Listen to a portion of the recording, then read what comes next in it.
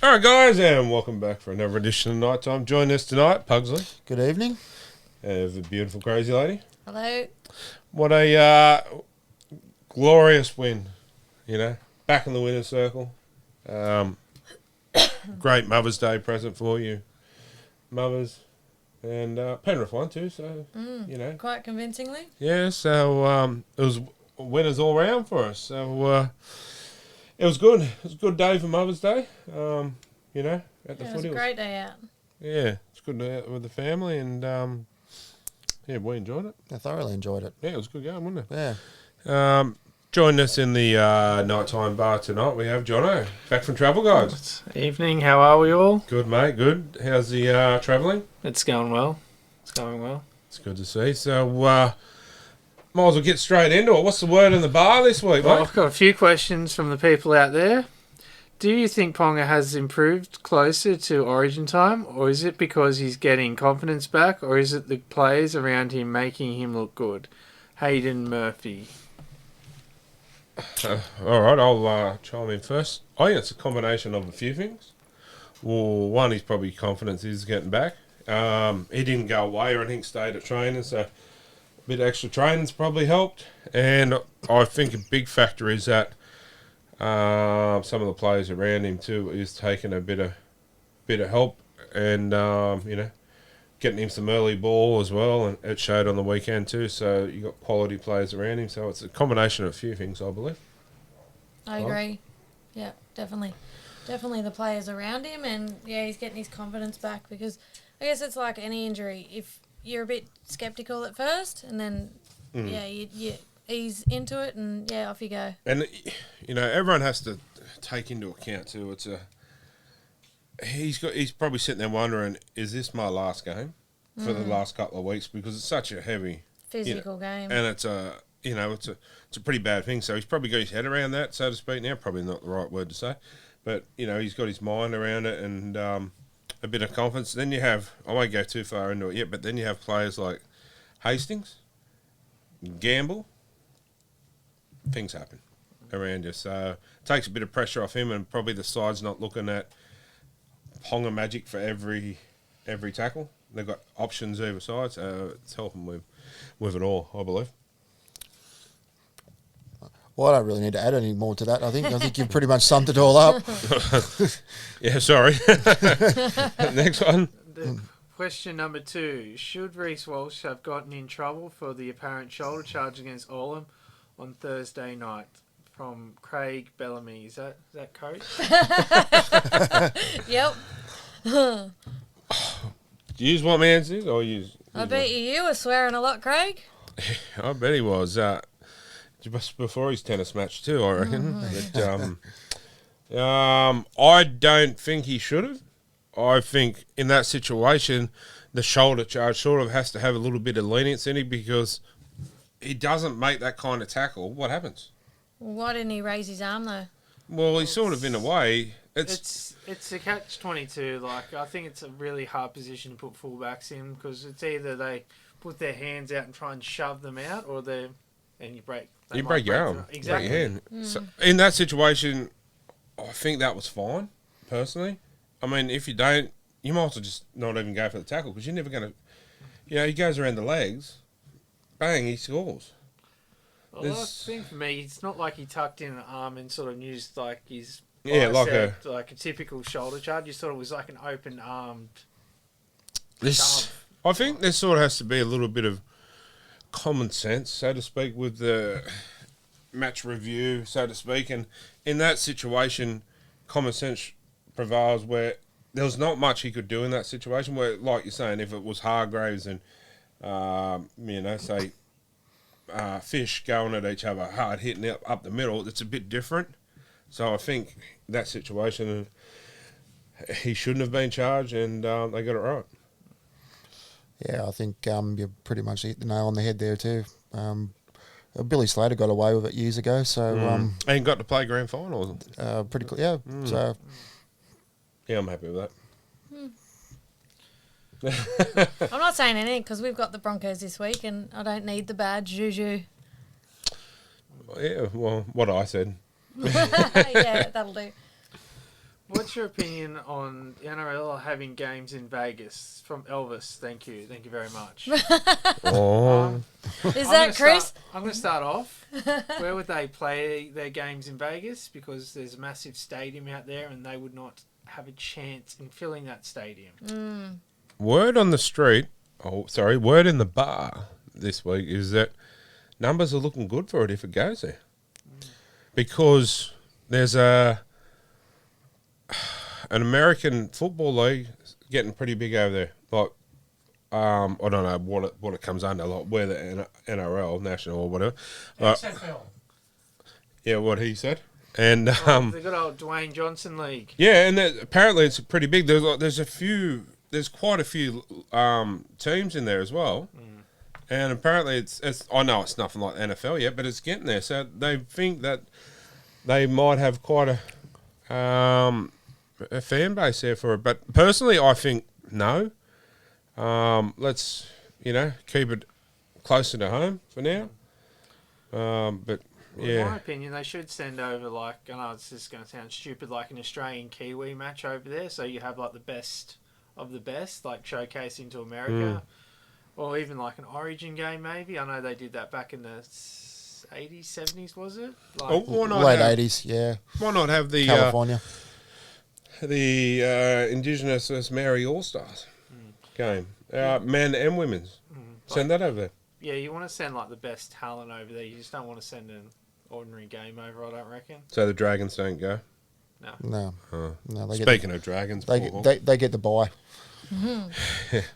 Yeah, no, I'm not a fan of it personally, but apparently it's going to happen and it's looking pretty promising. Well, that's what they say, but yeah, hangover. I did hear that Volandis wanted the Broncos to go over there as one of the games. Not surprised, Uh, but Anyway, final question. Do you think there's any truth to the rumour that Knights are looking to offload DSAF and Best to free up salary cap space? Is this so the Knights can make room for Sorensen? Phil Clements. hello, it's good, but it's bad. I really like the idea of Sorensen coming to the Knights. Look, I'm just going to wave the white flag and give up.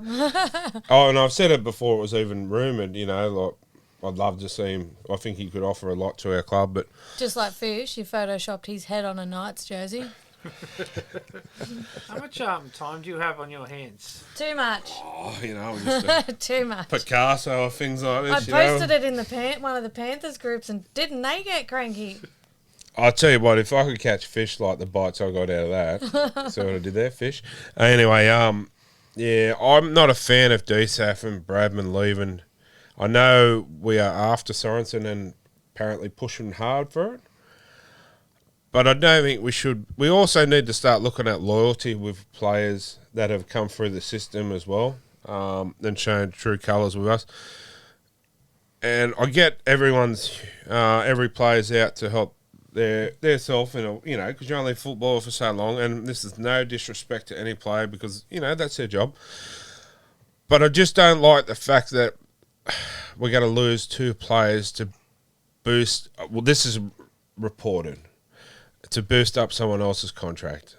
I mean, surely, God, we can make a way to fit everyone and make everyone happy at the moment, because we've lost a few players and we're going to lose a few at the end of the year. By the sounds of it, but I just don't think. Yeah, I hate to lose players, especially the ones that are done right by the club, just for salary cap reasons. Like we don't have. You look at the Roosters and they've got all these players, and you look at the likes of Penrith even going for it at the moment. We can't keep anyone. Why? Because of the cap. this is no disrespect to Ponga either, but maybe Ponga's contract needs to stay where it is, not up it next year, because I think he's on quite good money now, and maybe just, yeah, try and keep the nucleus of this team together and win a grand final. Like, we've got an absolute, probably one of the best teams we've had on paper for years. I mean, look at the weekend's game, and it showed. Let's bring that trophy back to Newcastle, and we got players now too that have just come to the club, like Tyson Gamble, zip it, and loves the club, absolutely loves the club. It wants to play for not just the money, but plays for the club, it plays for that emblem, plays for the town. We've got a chance to really, may not be this year, but keep the nucleus of the team together. We can bring that trophy home, and that's what it's all about, and that's what these boys want. I just think maybe, maybe we need to look at, keeping certain contracts at a certain price, and maybe a bonus incentive if we get so far or something. But yeah, it'd be sad to see him leave. Question is, who does replaces Best if he did go? Well, that's the thing. Surely, we got that new guy last week from the Cowboys, but Yeah. Bradman Best. Dom Young's on the way out. Yeah, well, that's right. So, I mean, we've got an Ali Tawala and Heimel Hunt, but I would have thought Bradman, 21? Yep. He's still in his Still, prime. I was going to say he's still learning a bit of the ropes. And he's getting bigger and he's running harder. Like, I think it would be crazy to get rid of him. And DSAF's a state player and an international player. Like, we can't lose him. I don't understand it, to be honest. Hopefully it's all media hoo-ha, but where there's smoke, there's fire. So, Well, you would definitely wouldn't want to keep Safidi going, considering Brownie was the one that pretty much gave him his start, didn't he? and I mean, the pair of them together, like, okay, we lose DSAF, who takes the front row position? Sorensen, does he come into the front row? He's more of a second row. Yeah. I just don't understand. Like, it's beyond me. I don't understand the logic in it. And like, this is no disrespect once again to Ponga. He's got to look after himself. But okay, KP gets injured again. All that money's gone. We're losing another 2 quality players there. I think there needs to be a line of where. Well, what's Cleary on? 1.2. I rest my case. Maybe 1.2 is the line of where you should stop at. How much is his dad on though? Ivan. Yeah. Coach has got nothing. Nothing. No. Yeah. They're not under the salary cap, so Yeah, son, here's your allowance for Oh, this week. right. Yeah. I don't know. That's just But you see my point? My point is, maybe if we go, okay, 1.2 and we can sort of offer Ponga something else that's not under the salary cap, like a brown paper bag. But we can sort of keep the team together. Because you look at the clubs like Penrith. It took a couple of years of them staying together to be dominant for a few years in a row. If we're offloading players left, right and centre every year, nothing's going to change. And we've got a champion fullback now, Miller. Great 5'8" and Ponga. Hastings in half. We've got an awesome forward pack. And we've got probably the best Zippet. I was waiting. Probably one of the best players to come to the club in years. And, I'm not afraid to say it. People go, oh, you're just saying it because you're favourite. But what Tyson Gamble brings to this club, we haven't had that for a long time. I haven't seen the light in your eyes like that for a long time. Since we got married. Every time you talk about Gamble or every time he comes it's on. exciting, like what he brings to the club. And Yeah, and you know what? We hated him when he was with the Broncos because he was a good player. because he was so good. Yeah, And then you meet the bloke too, and he's on your team. very humble. Awesome guy. Absolute Like champion of a guy. Luai. That's right. People bag him out and hate him all they want, but when you talk to him, he's down to earth. It's like Andrew Johns. People hate Andrew Johns because he was so good. Yeah, absolutely. And I must admit, while we're talking, I know we got off track a little bit, but did anyone see on the weekend, I forget who it was, a Titans player, Gamble and someone else tackled him and he dropped the ball. Tyson got up and gave him a massive spray. No, I didn't see that. Oh, mate, I thought that was gold. That was absolute, I love it. And I mean, we've got other juniors coming through. Well, I wouldn't say juniors because they've been there for a while now, but blokes like Leo Thompson. That's the future of our club. These kind of players that love the club, we got to wrap them up. Otherwise, Penrith have figured that out this year with Spencer leaning on that. If you're not careful, the Roosters will go, here you go, here's a brown paper bag. And that we're going to lose them.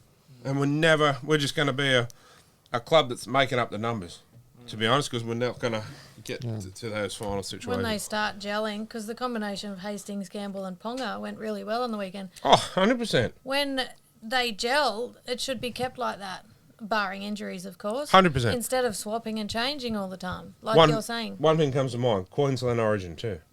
They were... can stick. That's right. If not, give me the coaching reins. But I think you wanted Gamble out sooner, but I think, like someone said on the internet today, he made a big impact. 100% he did. The time that he went out there, would he have had that same impact if he went out sooner? Possibly not, but I would have liked to have seen him come on probably the last 10 minutes of the first half to see what he could have done then with a tired defence. Could have ran ragged for there. Maybe took him off at half. Choose my words right. Take him off at half time. And then he comes on where O'Brien brought him on. So he's got sort of injected twice into the game.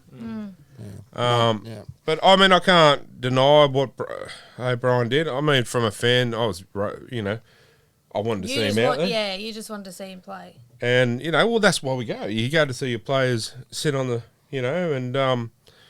but, yeah, good to see us back. But, go on the next one, sorry. No, that was it. And the bar sponsored by Grand Matriarch tonight as well. Yeah, so what is the drink of the week this week? Grand Matriarch. Grand Matriarch. Vodka. Yes, get them there. So we have the vodka there in front of us too. So we're going to be, in the next week or two, we're going to be giving away some vodka bottles. So Seems to be a theme. Your weekly vodka fix. Oh, it's great. Love it. Love it. When I say giving it away, I'm hoping that I might drink it all by then. But nah, we'll have a couple of bottles to give away, so keep an eye out for things. But getting on to talk about the game that just went, a little night review. But cracker of a game. The Titans were giving it to us for a while. Up till after half time, it was really. I know a lot of people say, "Oh, no," but I feel once Gamble come on, the game changed. The injection he put into it, there was some good players, but I think Gamble just brought that extra spark, and it lifted the team. Well, as soon as he went out there, that first set they score. First ball movement he's involved in, and that's I feel that he sort of ignites the team, maybe with his larrikin and lair that he has, sort of ignites the team and kicks them into gear. So, I mean, that's something we need. That's great. And he's a positive, Do you reckon he might have heard us when we were yelling out, "Get Gamble on"?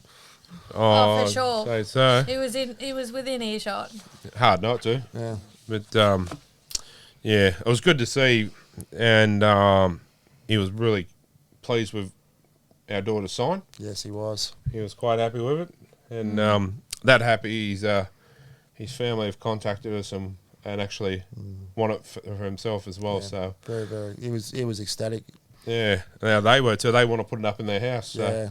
And we've ordered another one for him and sending it up. So that's awesome. When you do things like that and players or their family really, contact you and respect and, sort of really, I don't know what the word is, but, that really makes you really happy. And I know the daughter loved it. And, yeah, that was good. Makes you want to puff your chest out just even more. Oh, no, I will say there was a couple of gooses saying a few things about it, but pull your head in. You know, she's a little girl. Yeah. Enjoying a, time with one of her favourite players. So if you got nothing nice to say, just shut up. Yeah. Anyway, moving on. So does anyone know what happened to Tyson Frizzell? He was placed on report for a third man in tackle on Tino, and I'm not going to try and say his last name because I can't. Big T. Yeah. I think that was classed as a hip drop. Is that correct? I think it was, yeah. And I think it's another one of those, like the little tea bag from Penrith. Where he's Sonny Luke. where his just body just went like there's nothing in it. I think there's too many tackles. Oh, hip drop. Oh, hip drop. Like that's destroying the game. Oh, that's right, because Patrick Carrigan's one on a Solomona on Friday 100%. night. Yeah, That was a load of horse yeah, as well. yep. So, absolutely disgusting. Greg Mars, you used to play for the Titans. 100% he did. Yeah, we did a player swap with Chris Randall, So- number 9. Well, what better way to react than score a try and had 12 tackle busts? Played really well. Did you see that try in the left-hand corner? There's 4 blokes pushing him out. He didn't deserve. He shouldn't have scored that. No, but, and he just overpowered and went, no way, and scored. yeah. I'd never really seen the bloke until up close till the weekend that he walked past us. Jeez, he's stocky. Was that a or- Oh, no. I don't look at players as objects. I don't No. drool over players unlike you. That's a bit harsh. Anyway, I'm kidding. he's a solid guy. Like, So I ask you this question: do you think now that you've seen Marju and Randall after 10 weeks, do you think the Knights have got a better swap, better deal? oh, we always knew we did, but Randall is a handy player to have. Like Randall at the moment would have been handy to have at 9 for. Yeah, Like, he's a tackling machine. And, I mean, credit to Phoenix Crosland the last few weeks playing really well, but Randall just offers that little bit more. And I think he would have been handy to have. This goes to another thing, too, going back to the salary cap issues. I hate to bring it up, but it's been brought up a few times. Our hooker, Brayley. This is, second season injury in a matter of years. Is he injury prone now? I think the sad thing is, I think he's made of glass. I think he's injury prone. Poor bugger. Oh, I feel sorry for the bloke if it is, because he's such a good guy too. And let's hope that it comes true. But I know myself when I was playing basketball years ago too on sport, once I'd had done that injury, I just kept redoing it. Let's hope it's not the same for him, that's for sure. I didn't catch the game, but what I noticed was I caught the last 20 minutes of this game. This reminded me of what happens to the Knights. That was the best. You know why, don't you? Why? Gamble come on then. Oh, is that why? Yeah. Just because they knew the Titans knew the game was out of reach, so they just opened the floodgates and just let the Knights score as many points as they could. I have to say, though, David Fafita, Oh, the yeah. Knights got a bit lazy. That was I didn't see the try, but I was listening, and that seemed They like got a a bit lazy. cracker. Yeah. You know what coming to mind? Just that Eddie Blacker. yeah. Oh, Penrith, yeah. the big prop running down there. Lockie Miller's no slouch. Lockie Miller couldn't catch him. Dom Young, I don't know where Dom Young was. Ponga took over. Ponga had a fair crack, but Yeah, he caught him just... a he little too late. was fair moving. Well, But that just proves that not like every single NRL player is quick. Doesn't matter if you're in the front row or you're in the back row or like you're on the back line. I will.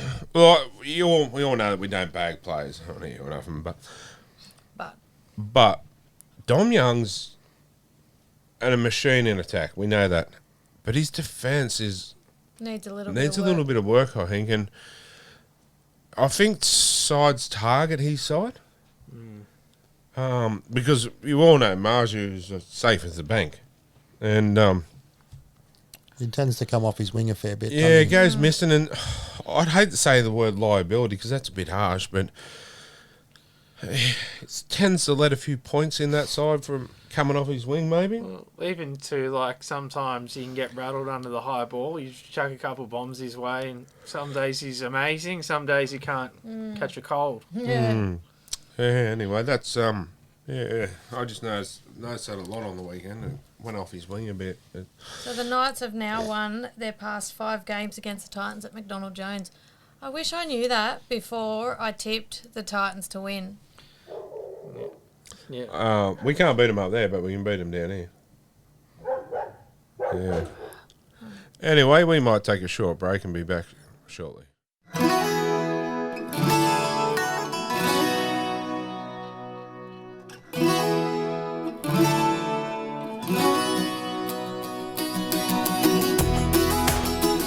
When you think of great food at a great price, the best cold beer in town, awesome live music, even a place that you can host your next event, there is only one place you think of, and that is the Gallipoli Club. Get on down to the Gallipoli Club, the Gal 3 to 5 Beaumont Street, Hamilton, to check out what's going on this week. Enjoy some great food, a cold beer, awesome live entertainment. You can never go wrong at the Gal, thegal.com.au.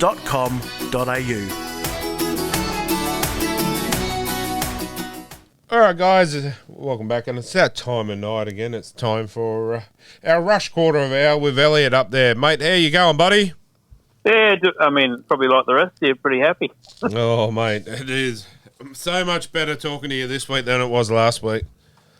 Yeah, I was clutching after the Parramatta game, but yeah, it's always nice chatting after a win, and a convincing one at that. Oh, isn't it wide? And you know, quite a lot of good performances from quite a few on the team this week, I feel.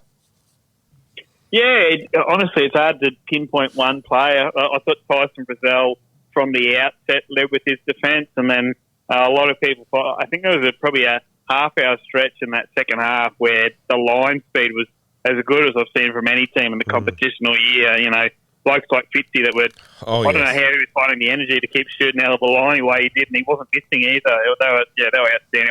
I actually think the scoreline flattered the Titans a bit in the second half because we had that Fafita runaway and a little potty one at the end. So really, I thought it was more like a 46 to 14 or 16 games than 46-26. Fitzy was on a mission, wasn't he? Yeah, it's just nice to see him. You know, he's had so many injuries throughout his career, and you know, to stay on the field. He's never the forward that's going to run for 150, 200 metres for you, but it's little effort areas that I'm sure you guys have, and I know you're at the game. If you watch him closely, if even let's say 20 minutes of a game, he puts in a lot defensively. He does drive a lot on what happens on that left side, particularly in defence. And he's not an overly big guy, but God, he can hit hard. Yeah, he's just. I mean, it comes down to technique, doesn't it? And some of the best tackles I've ever seen have not necessarily been the biggest blokes, but technically he's very sound there, and he was one of many that was very good on the weekend. And I must say too, one of the nicest blokes you'll ever meet too. You know, we sit there at the ground, and he always walks past. He comes straight up to you, shakes your hand, says, "How you going, champion? How's things been?" I mean, absolute, pure gentleman of the game. Yeah, and you know, he's one of those that's just immersed in the club, so I'm sure he wouldn't want to play elsewhere. There's murmurs that he could end up in the UK sooner rather than later, but I'd be surprised if he didn't have a new deal. Yeah, more especially when your dad's the boss of that'll be a good push. But nah, if he was, to go somewhere else, it'd be a bit like Sione, I think, and go overseas and not play for another NRL club. I feel the same. Yeah, that's what would make the most sense. But hopefully he sticks around a bit longer yet. Yeah, 100%. How good was Bradman Best after all that partying in Bali?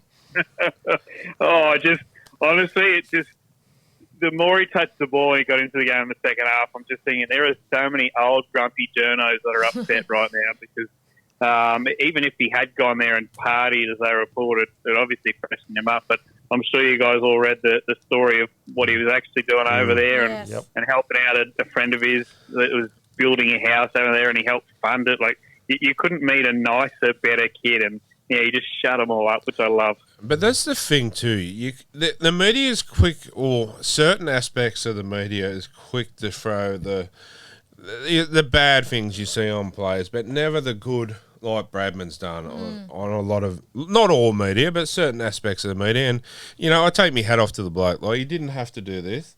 He's only young, so I mean, he's not a millionaire or anything, but took it under his own stride to go and help someone out of his own back and no money. So I tell you what, I reckon we should have a new segment this every week. Hats off to one person this week, and really that's shown a different respect and light on Bradman, and I think absolutely outstanding.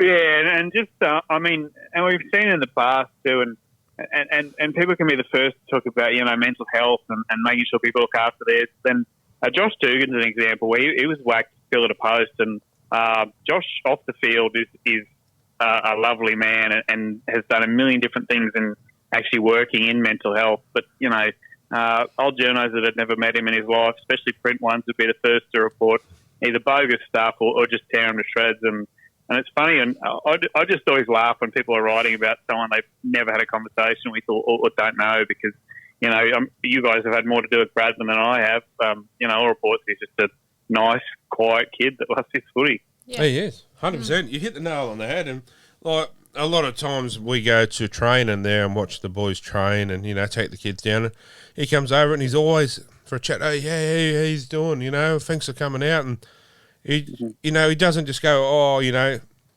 thanks for coming, see you later. He stands around and has a good chat, like a lot of the Knights do. But, yeah, absolute. I hope, there's been reports this week that they might be trying to move him on eventually next year. But I hope that's all false because, I think he's, especially being 21, he's still a future of our club, I think.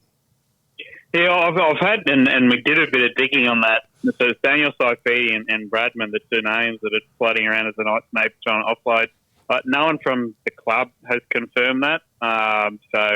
Until something there comes out, I'll believe it's bogus at this stage. I also hope it's not true. I think Daniel Saifidi is getting back to the best form of his career, and it's the first time we've seen Bradman be able to play on the field, and I think he's been really consistent. He had one off game in defence. I actually can't remember who that was against. It might have been the Dolphins. But outside of that, I think he's been excellent.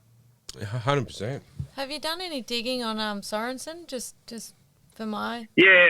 So as much as we'd love to have him, at this stage it is purely conversation. There were some reports, I think, on a few pages saying he's close to signing. That's absolutely not true. Thanks. And in fact, if Penrith can find a little bit more money, I'd be shocked if he left. Hang on, can we just hold it there a minute? You did say there was a conversation. So the club has contact. The club wants him. Like, the club have made no secret of that. But that's it. The club wants him, but if Penrith can find a little bit more cash, which I think they probably can with a couple leaving. No, they can't. They can't find it. What you want and what you get are two different things in life. Ain't that the truth? I'd be surprised. Honestly, and I know it's a pipe dream. I'd be moving heaven and earth to get Zach Hosking back to Newcastle where he should be. Yeah, true. But I've been a big fan of Soros for years. Like, I just think, he's one of those, like, Billy Peden comes to mind. Very underrated. Does all the, all the hard yards and just a tackling machine. I'm very keen on him, and I've been saying it for years about coming to red and blue and stirring Kylie up every year, and then all of a sudden I do it this year, and it, there's a little bit of smoke there, and I'm throwing wood on this smoke to try and get it even more. So the reason for our divorce, Knights stole Sorensen. Well, it's certainly a conversation. So it's a pipe dream at this stage, but it is a possibility. He's 30, so you could sign him for a couple of years, and he's still the best, at his peak at the moment. Obviously, he's New Zealand international. He's actually he's the brother-in-law of Chad Townsend too. Yes, he's obviously up to the Cowboys. So no, he's going well. I wonder if we can entice him to come down with some Harry Schnitzels and.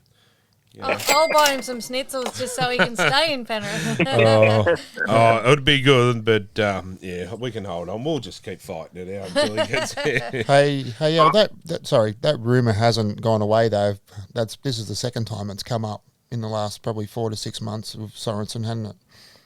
Yeah. So what I saw over the weekend was, and I like it when Newcastle fans get excited, but when Scott Sorensen scored 2 tries and was probably outside of Jerome Luai, the best player on the field for Penrith last week, and scored 1 million Supercoach points. Someone's posted something online, and that sort of took off like wildfire. So there wasn't anything extra that came out of the weekend other than just smoke and mirrors for now. But as we said, there have been conversations. The Knights want him. The Knights need another edge. They got Kai Pearce-Paul that'll turn up next year. He's could be anything out of the UK, but he's still pretty green and raw. So, but they'll re-sign Brazil. I think he's bought another house, or he's looking to buy another house. Yeah, just bought. Yep. Yeah, and I think the bloke they brought in from the Bears, they've moved him from the front row to the back row. You probably saw him playing cup on the weekend. He scored 2 tries there. So he did. Yeah, going pretty well. So there's another good one. But yeah, I'm going to throw some more wood on this fire and keep this smoke going. If I'm dead tomorrow, you know why, don't you? Well, if you make him a sign as pretty as the one you guys have made, Tyson Gamble, maybe that's the way. Yeah, well, we got a couple. We had another one too. It was Leo Thompson one. So, and he was pretty wrapped with that. I can't say on air what he said, but he absolutely loved it. So that to show the players support like that and the players' reaction. That's just absolutely gold, eh? I think it's and he's another good story. I mean, let's not forget he hardly played any rugby league until the last couple of years. His brother plays in the Super Rugby and moved into the front row, and he's been Mr. Consistent for Newcastle. Oh, I'm a huge fan. I think he's one of those quiet achievers too. I think he's got a big future in the red and blue. Yeah, hopefully we keep him around for a while yet. Mate, how do you see this week's game? Oh, I'm trying to find reasons to be positive. I think there'll be effort. I don't see how we beat Cronulla if Cronulla turn up as they have most weeks, except for obviously that Dolphins blowout. I think we can compete, but geez, they got some class right across the board. Maybe. I'm glad Talakai's not playing. Yeah, well, true. I think if we pressure Nico Hines a lot and force him into some mistakes, there's obviously that's a big chance of Cronulla, going downhill a bit. But I reckon you'll find Jesse Ramian will have a good game this week, I think. Be able to prove a point against Newcastle. Yeah, I think it's not necessarily bad blood there, but quite obviously just didn't have a great time and was probably not used the way he could have been when he was in Newcastle. But there's some good matchups. I think the battle of the front row, obviously that first 20 minutes will win or lose. I will say the Knights have always played well in the regions. This game's in Coffs Harbour, so you'd think Newcastle will have quite a few supporters there too. So I'll tip them as I always do, but this will be a tough one. Yeah, sure will, mate. Absolutely. Cronulla have got the wood on them. And, I've never recovered from. I know it was during our Spoon years. I think it was the 62-0 shellacking at home. That was I reckon one of the worst days in fan history. It was pretty average, that one. Obviously, we're a very different team now, but you're right. Our record against them in recent years not great. Hopefully that's starting to turn around this week. But Indigenous round this week too, mate. Something close to your heart as well. Yeah. My family's from the Torres Strait and my mum's side, so it's something that matters a lot to me. I've seen in the Knights Indigenous jerseys, which look great as well. Yeah, it's a special round, and clubs are doing more and more with it each year, which you love as well. I hope at some stage, I don't know if you guys have heard of the Deadly Choices brand. They do a lot of Indigenous jerseys for, not official ones, but Indigenous jerseys for each team. There's North Sydney Bears ones and Cowboys. I'd love to see a Knights one over the next couple of years because, they come out pretty well. Yeah, no, there's some good ones out there, some non-official ones. So I did a couple up myself that weren't too bad, but I'm only an amateur compared to that. But, yeah, there's some good jerseys out there, that's for sure. And it's good to see and get people involved too with all these different multicultural rounds, whether it be Indigenous or the what was the Maori one there? Yeah, there's women in league. There's getting behind it and learning too, people like ourselves that are not Indigenous, and learning a bit more about the culture as well. I think it's great. Yeah, well, and they're starting to take it more and more to regional rugby league too. I know that the Cessnock Goannas are wearing their Indigenous kit this week in their games as well. So it's cool to see it rolled out on a more regional level too. Yeah, no, that's good. So, mate, we appreciate your time again, champion, and hopefully soon when you're down this way, we'll have you on the show. Yep. But next week, MG will be in the studio with us, so we'll have the Triple M connection with both of you, one in the studio and you up there. So look forward to that. Sounds good, easy as. Too easy, champion. All right, champion. You take care, and we'll talk to you next week. Thank you, guys. Appreciate it. No, thanks, buddy. All right, guys, we'll take a short break, and we'll be back after these short messages.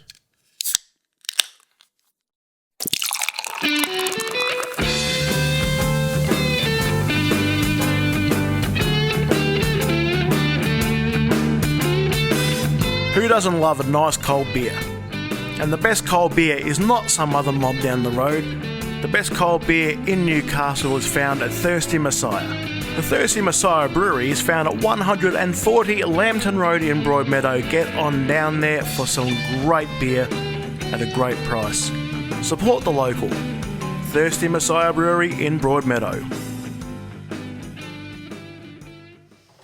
All right, guys, welcome back and good chatting with Elliot again. Always brings something good to talk about. He does. Pretty knowledgeable guy. So last week we had our Mother's Day giveaway for a bottle of wine there, Jono. Yes, we've got a beautiful bottle of wine here from Hope Estate. So we got 4 winners of some photos sent in. Brendan Cohen, is that correct? Yep. Corey Slade, Ryan Sandell and Karen Bennett are our winners for the bottles of wine. So, get in contact with us and we'll get them to you directly. We've got a few giveaways as well coming. So, into Night of the Round. And you got something to say about Night of the Round? For the winner? We're going to be giving away a tattoo voucher to the player at the end of the year. Yeah, to the player that wins the player of the year. We're going to say a zinc tattoo voucher. It's So, Night of the Year, is it? Yeah, night of the year. So Sounds good. we'll just hand it to Tyson now. Whoever wins our night of the year, competition will walk away with. I mean, just about every nice player's got ink on them somewhere. So it'll be handy for next year when we take out the grand final. Anyway, so let's start with. Do you want to start there, babe? Sure. My 3 go to Tyson Gamble. And no, I wasn't put up to it. Not only did he have an awesome game and lifted the team when he came on in that second half, but he also came over to us before the game, and got a photo with our daughter. He's just a very humble guy. Very nice guy, and we've recently, last couple of days, been in contact with his rest of his family. I tell you what, they're really nice people. So well deserved. My 2 go to Tyson Frizzell. He's just all over the park busting his butt every single game, and I just felt he deserved the 2 points. And my 1 goes to Bradman Best, as we touched on before, all that partying in Bali, and he still come back and had a really good game. Obviously, that comment is tongue-in-cheek. Yes, that's right. So I couldn't agree more. Like, there's a few hard ones there, but anyway. Corey. So 3 points go to Tyson Gamble myself. The 25 minutes that he was on the park, he changed the game. Might as well just give it to him now, eh? I'm not saying that. No, and you did not put us up to, like, we were there, we saw it, we watched it. My 2 points this week go to Kalen Ponga. I thought he had a really good game. And my 1 point goes to Phoenix Crosland. He played pretty well. 40-20 too was Yes. pretty good. So, Phoenix is playing quite good football. I'll be first to say that I was I was a little bit scratching my head at the start, thinking about him at hooker, but he's proved me wrong. Coming out pretty good. So, Jono. I don't have a 3-2-1. I didn't catch much of the game, so I'm just going to go with everyone and just recommend my Night of the Round to Tyson Gamble. Okay, we'll take that. I didn't have 3-2-1. I'm giving everyone 2 points. You're lying. You wrote it down. Stop it. I can do it on. So You just don't want to say Tyson Gamble, so you try to be No, actually, cheeky. my first says Ponga at 3. Well, that changed because that's not what you told me. It's okay. Tyson Gamble, just what he brings to it is, when he come on, just ignited the team. But him and Ponga, I thought were really exceptional. And Tyson Frizzell speaks for himself. But I've got 2 special mentions here this week because these were hard to leave out. Greg Marju, machine every week. And a lot of people have bagged him on social media for the last, probably 12 months or so. Lockie Fitz. And I thought Lockie Fitz played really well. And just some of his hits, and like we're saying with the line speed, was out of this world.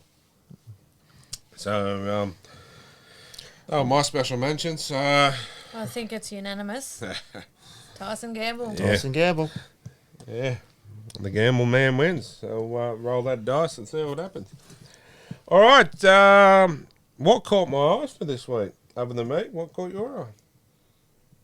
What caught my eye was the Broncos and Storm game.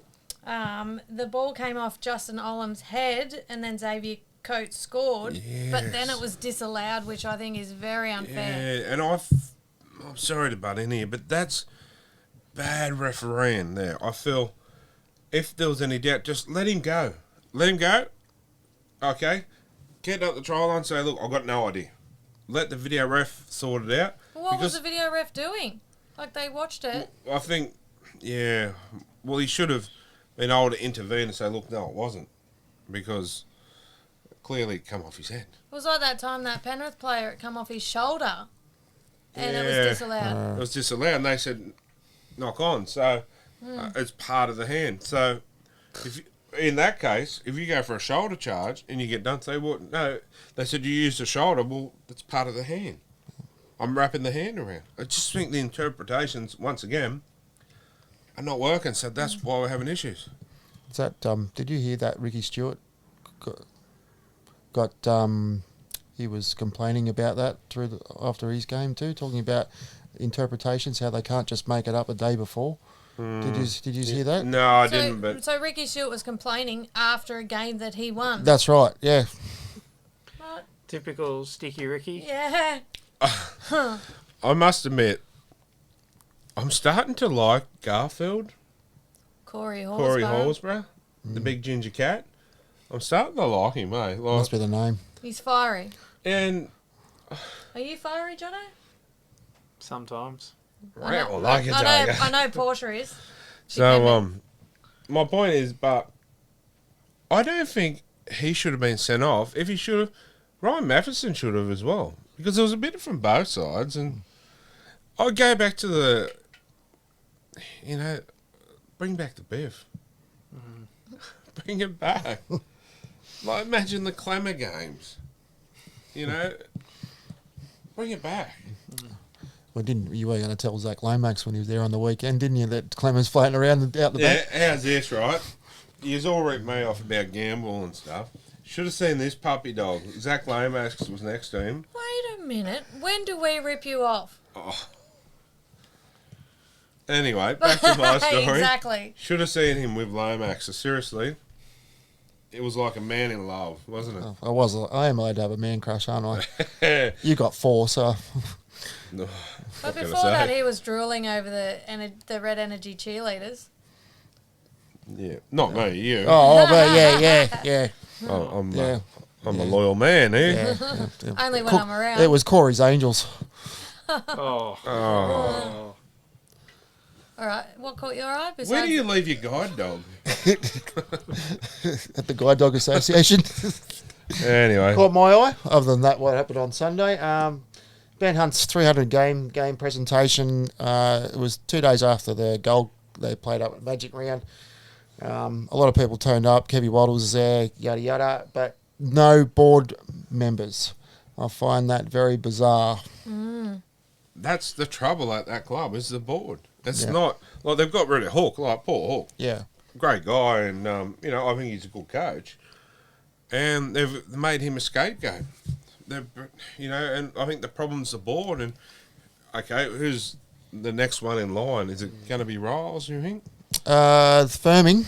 Well, it doesn't. I don't think much is going to change until the board sort of get their shit together, so to speak. The West Tigers had the same problem. It's the two merged clubs.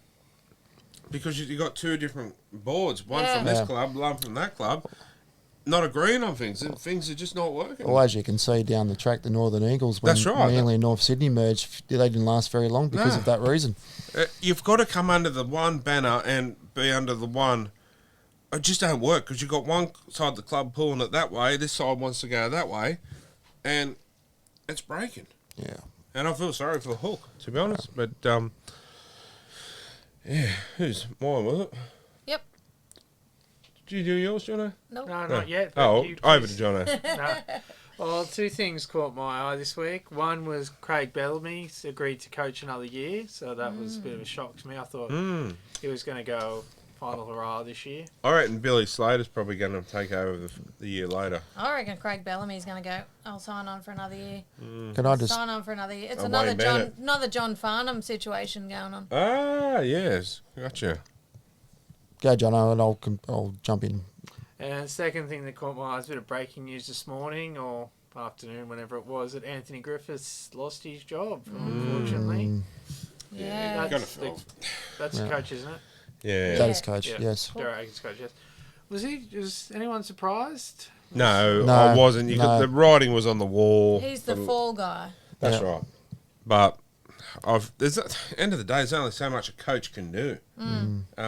It's up to 17 other Muppets on the field to be able to do it. And I say Muppets because I don't think he had a lot of support from Well, Ben Hunt. other than Ben Hunt. Yeah, he was he was extremely furious after what happened. Yeah. And I take my hat off to him for Yeah. sticking up for the coach. Yeah. I really do. Yeah. So was he there all of last year, or was this his first year? No, he was there last year. Yeah. Yeah. Only had a 33% like winning record, so he didn't really do too good. But But he was good up at Brisbane. he was good at Penrith before they punted him there Yeah, too. good at Penrith too. He Yeah. got our fitness up. So, but see, the thing is too, he's a no bullshit coach too. He doesn't put up with drama, and he loves, So I'm sorry to see him go, but I say there's a club out there that will pick him up for. He may not be their full time coach, but I reckon he might be an assistant coach to a club out there very soon. He might be on the 360 panel now that Paul Kent's Yeah, well, anyone could get a gig on that, couldn't they? I will say, we weren't going to cover too much on it, but Karma always bagging Penrith out and saying, Not just Penrith. He bagged a few teams. yeah, but for example, and saying about they got no class and that. I must tell you what, mate. There's you assaulted a female. Now that's lower than a snake's body. So, Yeah. The bloke played one game for Parramatta and thinks he's an NRL superstar. and they seen the light and got rid of him. But anyway, What caught your eye, Smither? my lovely wife. Lies. Stop it. Well, a couple of things really. Over the Andrew John stand last week. I know it was Mother's Day and that, but there was a big section where there was just not like a lot of people not there. There was like one or two people sitting there. Yeah, and I thought that was rather Bizarre. Well, the crowd was only 13,000. Yeah, but Yeah, but there Really, was 13,000? That it? Yeah. it seemed to be more than that. there were heaps of people on the hills, heaps of people in the other stands. Like it was just really weird. It must have it's been too hard hot to- for him over there. It may Yeah, be. no, I was going to say it's hard on a Sunday afternoon, Andrew John stand, when it's piping hot. You don't really want to sit in the sun unless it's freezing cold. So I can understand why there's a poor soldier there. Yeah, but that was one thing that caught my eye. But and the other one was the face painting out the front. I thought the lovely ladies did a good job and done with Portia and the kids and that. And what I'm getting at here is there should be more of it, because when you go there some games and they got no things out the front. I think it should be brought. Okay, gates open at 1. Let's have all this fans interactive stuff out the front at 12 onwards, because the gates open at 1, just an example, and then you got reserve grade kicks off pretty much when the gates open. So you want to get in there and support the younger grades and have a look and cheer them on. Well, your kids miss out because it's out the front. So my point is, it should be brought forward and more of it. Because I think it's great for the family and they're great for the kids, because the kids love it. And when I say kids, Yes. where I'm getting at with this, there were some kids on the teacups and rather big kids. Yeah. Yeah. Were you one of those big kids? Yes, it was quite fun. But funny you should say that with the face painting. Portia said to me, I want to get a love heart with mum on my cheeks or whatever. She come back with a flower, because I don't think the lady could do that. But it did look really good anyway. No, it did. And, this is all good stuff for the kids and that too. I'm going to put it out there. Next home game, you've got to get your face done. Because remember, you lost. Didn't he lose a bet last week that didn't go through with? No, we didn't bet on it. Yeah, I the Gosling. Oh, the Gosling, yeah. Did you do a Gosling at the game? No. Okay, so I'm putting it towards you. Next week you get your face painted. All right. All right, and I get It's got to be. Has it got to be I'll done get the at pick. the? Yeah, has it got to be done at the game? You Yeah. can't rock up with a. No, the ladies at the game got to do it. Do you take that challenge? You're not going to be. Done. You're not going to want to make any more bets with him. Can we get him a tutu to wear as well? No. Get him a I've already free. got- I I've don't already- care. I've already got to dress up later on in the year, so we'll just settle for the face painting. We'll do. All right, we'll talk later of what we're going to get. Yeah. Anyway, yeah, that's what caught my eye for this week. Yeah. All right, guys, we'll take another few messages from our sponsor.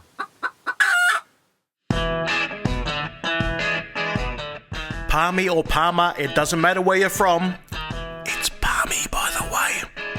The best schnitzels in town are just around the corner at Harry's, where they cook chicken the way nature intended, flattened, crumbed and golden. Nothing beats a good schnitzel. There are burgers, there's chips, there's all sorts of wonderful food there to be had. Grab yourself a Harry's loyalty card, get on down and enjoy some of the best chicken you'll ever have. It's really good schnit. Get on to Harry's at the Junction, Jesmond, Marketttown, Thornton, Erina and Toronto. It is Sasquatch approved. It is Nighttime Podcast approved. Harry's Schnitzel's the best in town. All right, guys, welcome back. And time to take a bit of a wrap from last week's game. We've around the ground. So, yeah, firstly, Melbourne Storm 24 over the Broncos 16. I think if Adam Reynolds didn't knock himself out in the first couple of minutes, Yeah. the Broncos win. Yeah. That's, to me, is like taking Nathan Cleary out of Penrith. And this huge gap. And it's just to lose by, what was it, 8 points? Yeah. I think they're done pretty well. So I had the Broncos in the 8 for this year. But at the moment, it's a Broncos-Penrith grand final for me. Well, I had the Broncos out of the 8, so that's how stupid I am. Oh, no. Well, I had the Cowboys to win the comp, so look at me. See, I'm thinking Broncos and Souths. No, That's what I actually thought. Well, I actually said South to win the comp. So Well, my point here is, look at the performance against the Roosters. The Roosters were a depleted side, and Why? Don't How were ask me they? to list players. They were just not. No, the Roosters, there was nothing wrong with the Roosters, except for they were beaten by a better team on the night. And people go, oh, but they didn't do this and they didn't do that. The reason they didn't do this or that is because Penrith wouldn't let them. So this is where a lot of players go, a lot of teams go, oh, but yeah, this team didn't play well that night. Now, why didn't they play well? Because the opposition didn't let them play well. And the credit has to go back to the team. I honestly think, Luai, for a starter, played his best game he's played in probably 12 months. Things are starting to bounce back for Because it's Penrith. Origin time. Yeah, well, look at KP too. well, so- he's got to form. He's got to perform, hasn't he? Like Yeah. he doesn't Same want to with lose. Nico Hines. He doesn't had a want to lose blinder. his spot. Well, that's what I kept saying to Kylie too. I said, Luai needs to run the ball more. And he started running the ball, and look what happened. Things changed. So, We've gone off on a tangent again. Back to this game quickly. Do you think Amy Park's becoming the old stomping ground again, where it's impossible to beat the Storm at Amy Park, or do you reckon teams can still come in and jag a win? I think they've always been hard to beat there, regardless. yeah, well, like I said, if Reynolds plays, I think they win. Yeah. Herbie Farnworth was sin binned in the 38th minute. Yeah, correct. He was too. And wasn't Carrigan's his sin bin, and that changed the game. Oh, yeah. With that hip true. drop. Yeah. Yeah. So I reckon 56 So I minutes. reckon a couple of those sin bins didn't happen. I reckon it could have been a closer, and even Yeah. without Reynolds, they might have won. Yeah, true. So once again, too, there's some. I'll ride this bloke's chain too, because I think Jordan Ricky just every week for me just excels more and more, and I think he's a player that's had a taste of rep football this year, and it's done him the world of good. And it's huge raps on this bloke. So, I mean, I can't see the Broncos losing too many this year, to be honest. And I used to hate the Broncos with a passion. They were like a Roosters to me. But now I actually don't mind. I actually enjoy watching them play. They've got a good team and a lot of decent players. And well, I say that too. Our son was in town one night after the Knights played the Broncos. This was last year when Gamble was still playing them. And he met up with Payne Haas. Katoni Staggs. Katoni Staggs. He had Luckily, Braden had closed shoes on. Yeah, it wasn't showing his feet. Jordan Ricky. And there was one more. Oh, I can't think who it was, but they were really nice. And they were sitting there and they were just talking footy with our son and his mates and buying them drinks and just really humbled guys. And you only see the bad things that Payne Haas might have done in the eyes of the media. You don't see all this nice stuff. And, you know, they didn't know our boys or whatever that from a bar or so, but, you know, just sat there talking to them, buying drinks, playing pool with them. Good on them. Yeah. So, yeah, really impressed with the Broncos. But moving on, Canterbury Bulldogs. Friday night game too. That was over in Sydney. The Bulldogs went down 12 to the Warriors 24. So is the jury still out on did the Warriors get the right coach from the Penrith coaching staff? At the moment, yeah, I'm really impressed with the bloke at Webster. Yeah. I liked Serraldo when he was at the Panthers because he was an assistant coach. And he's a nice guy, former Knights player. Yes. Yeah, didn't he have a gruesome injury? Oh, on his stop it. Well, With his ankle. Oh, did he? Oh, Was this Serraldo? yes. Oh, I don't remember this. Oh, stop it. Oh, I can feel that just in my foot. Is we can talk about teams up and down, but is the Warriors everyone's surprise team? Like, Yes. Even though they're just in the top 8, but a lot of people probably would have had them close to the bottom of the spoon. I'll say Dolphins before the Warriors. I had the Dolphins in the bottom 8. See Mitch Barnett's to come back as well, so that's going to bolster the squad. I think I'll say it now. A smoky for the 8 and to really push the finals is going to be the Warriors. Well, it's like when you get into the 8, you never know what can happen. You could hit form heading towards the end of the year, and then you could be on fire. So that could be a little dark horse, maybe. It's a different competition once you're in the 8. That's I have no idea why I tipped the Bulldogs. I think I heard that the Fox was back. This was before. What did the Fox say? And I'm thinking, the Bulldogs they'll come out. Warriors have been getting some bad calls against them. And then I started watching them. I'm like, wow, I can't change it now. So the Fox is out this week still. Is that correct? Anyone know? not that I'm aware of. I thought he was confirmed to come back. Yeah. but Does he play Origin? No. No. I'm agreeing with that as well because I think match fitness is probably yeah. Anyway, well, that'll be I'll wait and see with that one. But on to the next one. Penny Panthers 48 over the Roosters 4. I will admit I did tip the Panthers, but I didn't see this scoreline. How good is it? No, I thought it was going to be a close game. I like it when everyone smashes the Roosters. But once again, we were watching the press conference. Robinson. He never seems to come out and go, credit to Penrith, they blew us off the park. You know what I mean? Like, He doesn't want to acknowledge. there's always an excuse. And at half time, he sent all of his staff out of the dressing room. Like, Yeah, that was so weird. What was the halftime score? 20... Oh, so 24-0. it was blowout from halftime Yeah. even. Yeah. but I just find that a bit weird. You send all your staff out. I know he goes, I just wanted them to focus on me. Well, you're the only one talking. You get in there and say, look, you shut up, just listen to me. And Yeah. and to add more pain to that, Joey Manu. yeah, and Hargraves. He's How done. long's Hargraves out for? He's done a peck. Done a while. Oh, he done. How long's Manu out for? Don't know yet, but I know he's done some serious damage to Yeah, his. ligaments. Yeah, So, yeah, he could be 4 to quite a 6 while. weeks. Yeah. Well, does that open the door for, what's his name, Walker? He's injured too. Oh, is That's he? what I mean. Depleted. They're depleted. Only now. But they've what's his name? Butcher, baker, candlestick maker.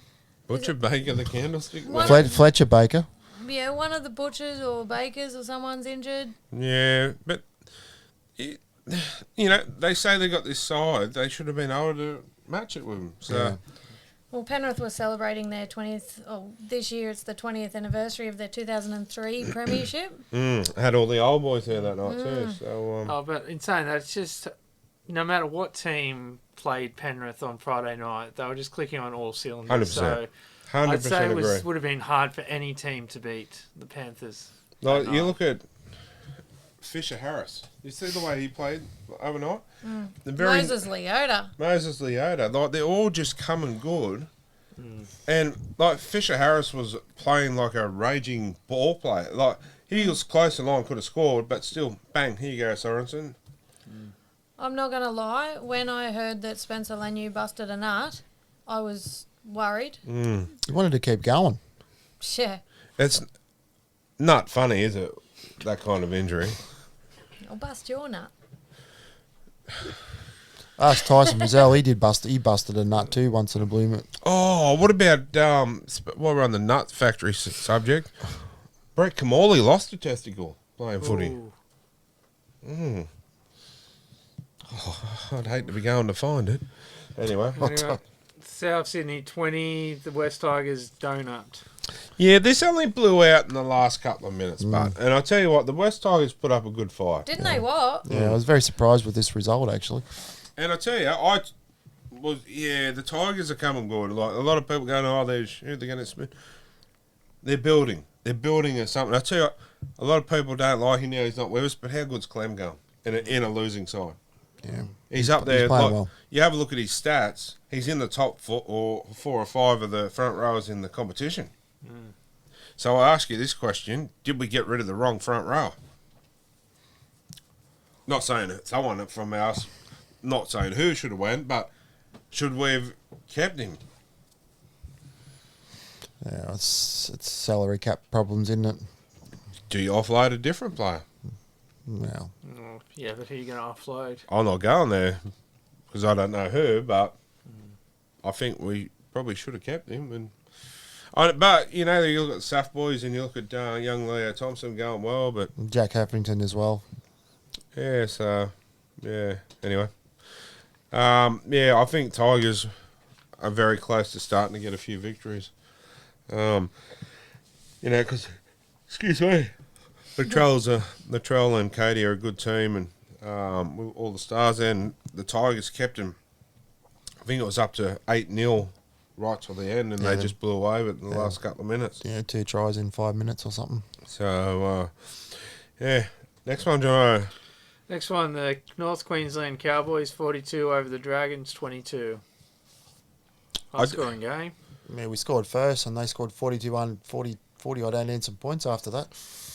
Disappointing, a lot of mistakes, and then obviously the sin binning of Sullivan, and then they decided to after he got sin binned to leave him on the bench and put Mbai in there was probably the demise of Griffin. Yeah. A little bit of a scratch ahead with that one, that's for sure. But Yeah, It was interesting to see what happens this week with a new coach. So, Cowboys back in the winner's circle. As I said, I thought I had them to win the comp. So, at the moment, I'm looking like a goose. But moving on to Canberra versus the Parramatta Eels. Well, I enjoyed this game, to be honest. I didn't think I was. Thought it might have been a bit boring, but actually enjoyed it. And, So, Big pretty Garfield. close game too. Wasn't expecting it to be pretty close, but good game. Big Garfield starting to... He's a bit of a fan favourite down there now, too. Is he in line for a Maroons jersey? yeah, I think he's close. I think he is. To be honest, I think you might find him on the bench. And, good on him. Pretty much a no one that's come really good and probably get a Maroons call-up, I think. While we're on the subject of Maroons call-up, any smokies that probably won't, but should have, that you'd like to see there in the Maroons? Tyson Gamble? Well, that's what I'm thinking at 14. That's what you wanted to hear. Yeah. Well, I think he's built for Origin, to be honest. He's got that mongrel in him. He's got that mouth, like Michael Ennis. Well, if Luai can be called up for New South Wales, why can't Tyson? Tyson's Queensland. he's a Queenslander, so I reckon he'd be a. They won't. They'll put Harry Grant. Yeah. He's been playing well too, though. Yeah, but I reckon he'd be. He's made for Origin, to be honest. Look, I suppose it's like any Queenslander. They put that jersey on, they grow an extra leg. I'm a little bit concerned that Gay Guy's going to be left out. That's a little bit of an Origin snob, I think. Yeah. But He's anyway. been playing very good career best form. And played for the last, so many years without fail and played every game really well. So anyway, back to that. Parramatta, a bit disappointing. Ryan Matheson, I felt, was a bit of a letdown too. So Moses didn't play this game, didn't he? No, No, he didn't. HIA. Yeah. And Sean Lane went off with a hamstring And injury. yeah, he's done for about 8 weeks too. And I did see a little bit of fan issues with the coach's son today. Oh, Jacob Arthur, Oh, yeah. yeah. Some bad comments sent to him or something. Yeah. And then apparently someone asked him for his autograph, and he's like, "Are you sure you want it?" Oh, really? Like, he must be down on himself by the sounds of Yeah, things. I feel sorry. Which for the really poor bloke. sucks. Like, I'm okay for opinions and your opinion to be on things, but I'm not for the bagging of players that. Oh, I've seen it. We've all seen it too from certain aspects of social media. On Kurt Mann a lot, and I can't stand it. Like, Kurt's not on any social media for this garbage. And I also heard of, won't go into it, but I heard today of a certain Knights player where had something to do with if seen in the street, shoot yourself and all this. Yeah, absolutely disgusting. I'll show you later. And when they say those kind of things, they should be criminal. They need to be some criminal action taken to them, because mental health is a huge thing. Wow, they're taking it. It's just a game. They're taking it to That's another right. level. Like, I feel with that sorry crap. for that bloke of Arthur. Like, I've said before, I don't think he's first grade material at the moment, because I think he needs a little bit of time to learn it. But this is probably half the poor kid's trouble. Like, that's really sad, to be honest. And I don't. Oh, that really. I'm sorry, but that shits me. You should not be doing that. And mental health is a big thing. And if anything ever happens on our page or our group with it, I'll boot them straight away. Because players and for their families too. Their families have got to go through it. So anyway, Paul, I'll shout out to the bloke of young Arthur. That's absolutely It's terrible. not surprising considering we were down in Parramatta a couple of weeks ago, and the mouths on some of those supporters are disgusting. Oh yeah, 100% it is. But Like, I'm sure it's across every supportive fan base, but yeah, it's grow up. it's a game. It's a game, and It's somebody's child. Somebody's, that's right. you They're know. human, and like you said, that's somebody's child. How would you like it if that was your kid? Like the saying goes, treat others how you want to be treated. That's right. That's why I treat everyone else.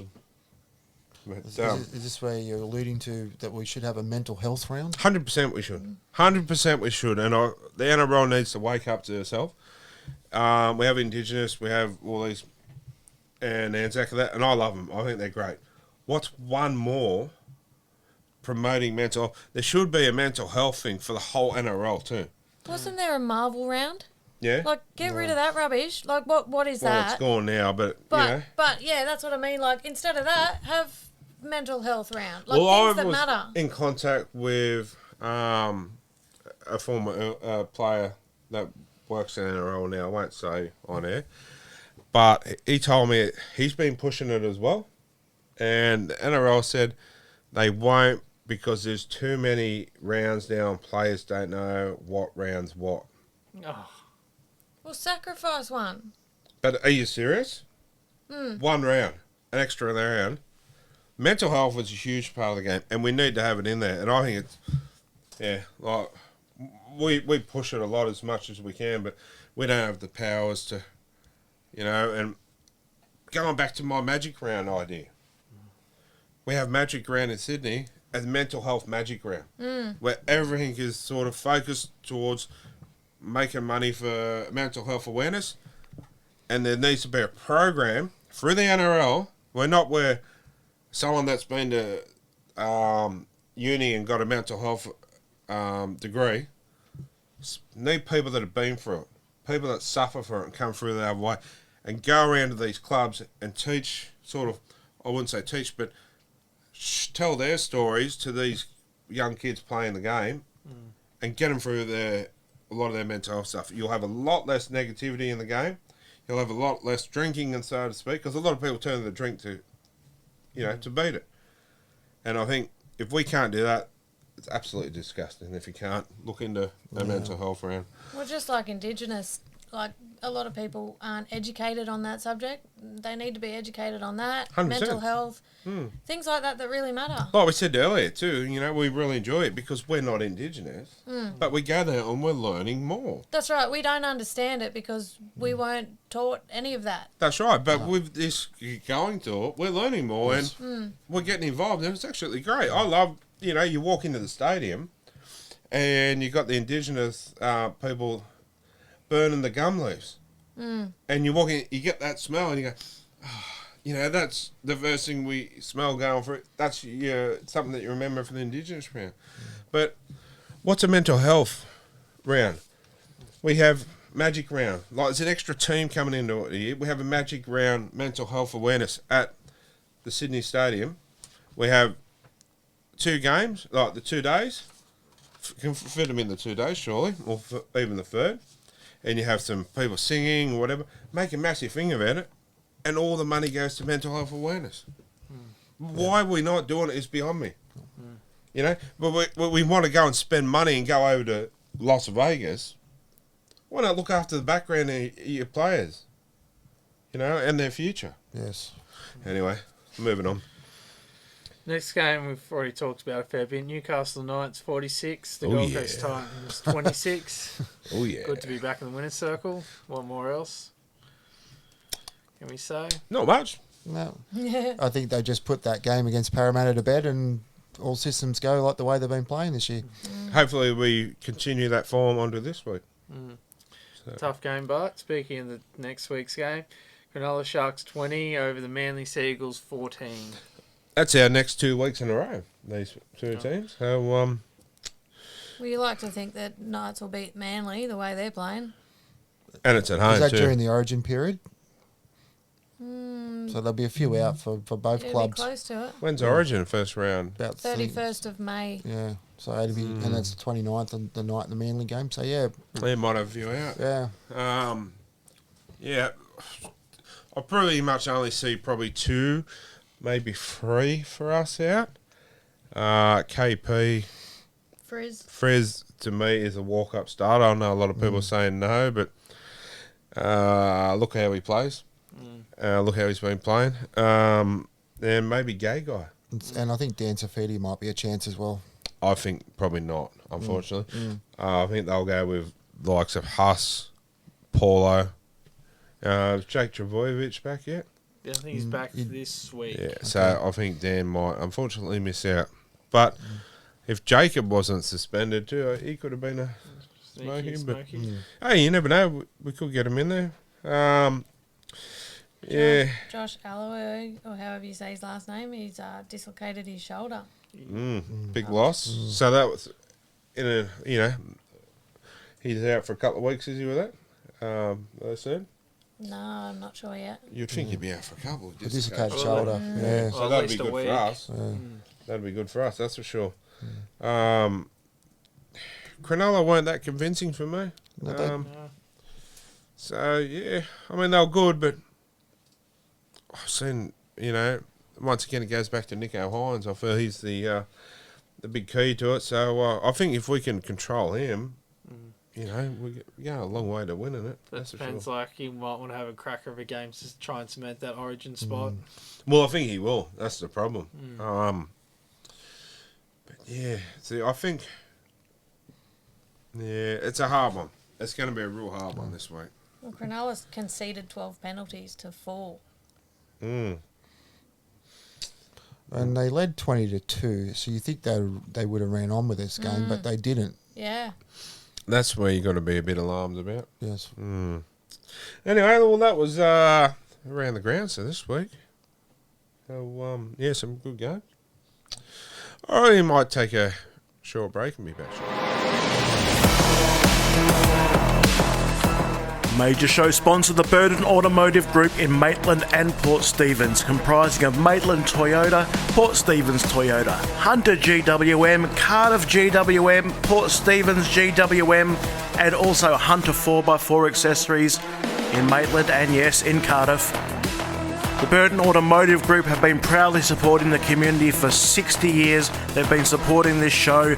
Please go support the sponsors that support us.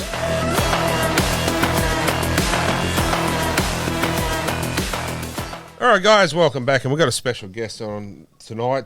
Being Indigenous Round this week, and we really want to get behind it and push it as well. So, probably one of the most recognised Indigenous players of the Knights throughout the year has to be, for me, it's Owen Craigie. So, Owen, how are you, buddy?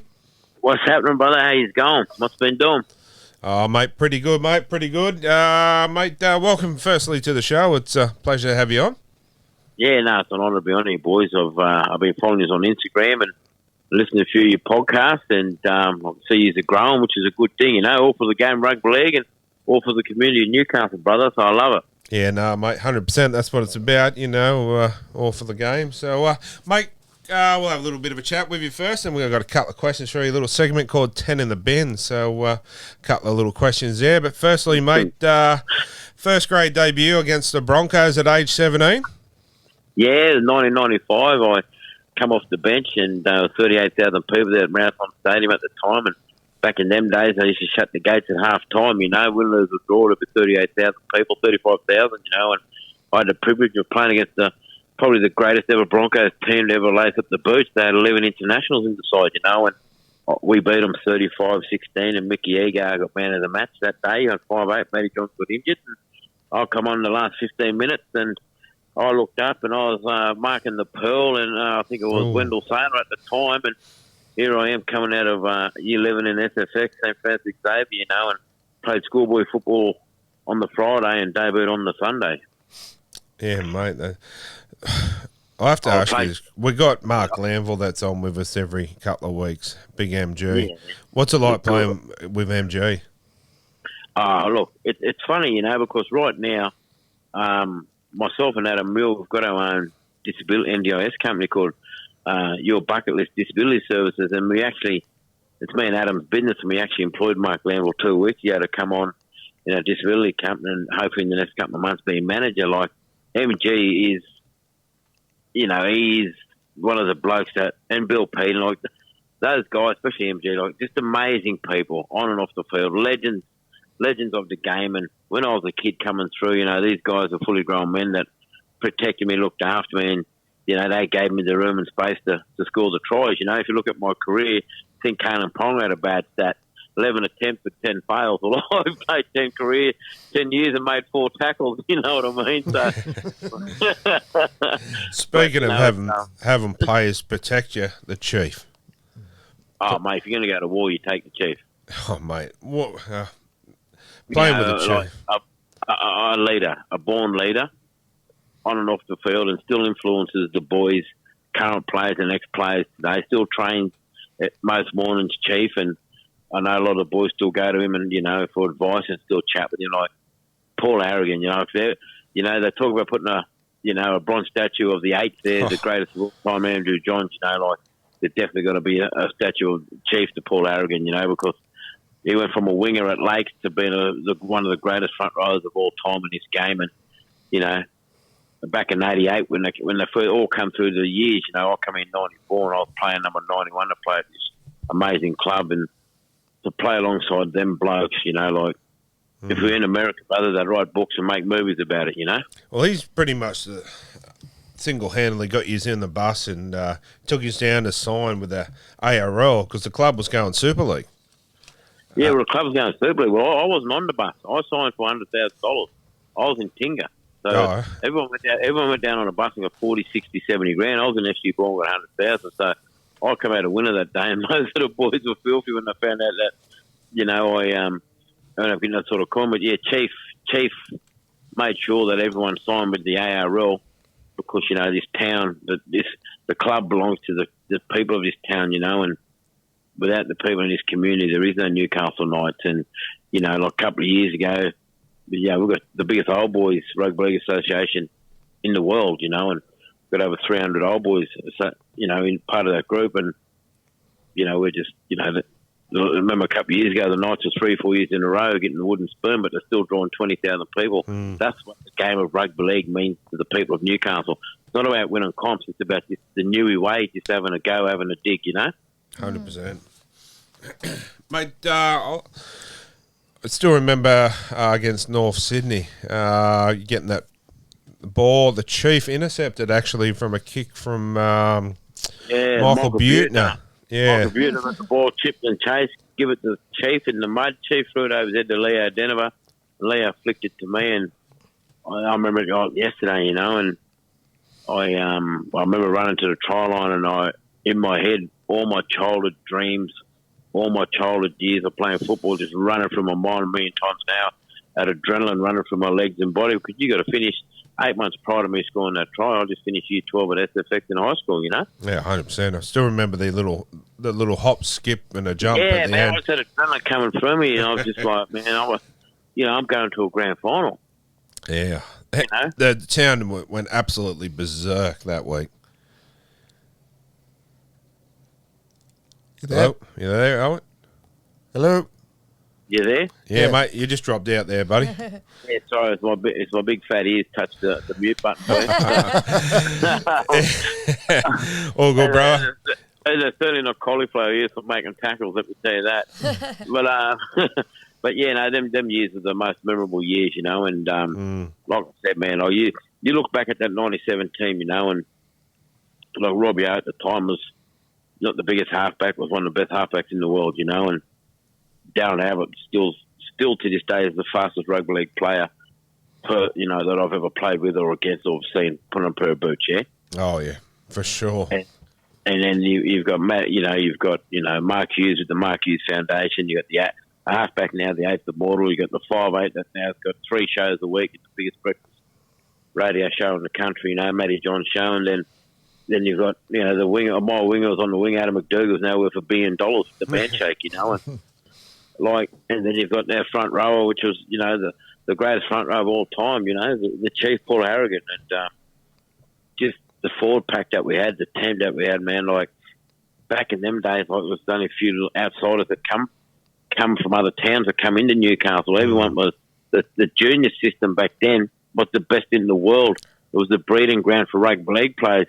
Back in the late 90s, early 2000s, they had like 8 halfbacks playing for 8 different teams that come from Newcastle system. 100%. Playing in the NRL, it's the Newcastle back in the day were it. They were the Chicago Bulls and the LA Lakers rugby league. That 97 grand final, that's, I've been around, quite a lot of games of rugby league growing up, and, without a doubt, that is the one game that stands out in my memory banks. I'll never forget. And I don't know, we might win, this year or next year, and the town will go berserk, but I don't think we'll ever see... No, you'll never see it again, not in our lifetime. Of course, you know what, like, winning the first grand final for the club, and the club was 10 years old, and no one gave us a chance. No. All year. Forget the grand final. Before we even made the grand final, we were down 20 for in the major semi to Parramatta. Remember that? Yep.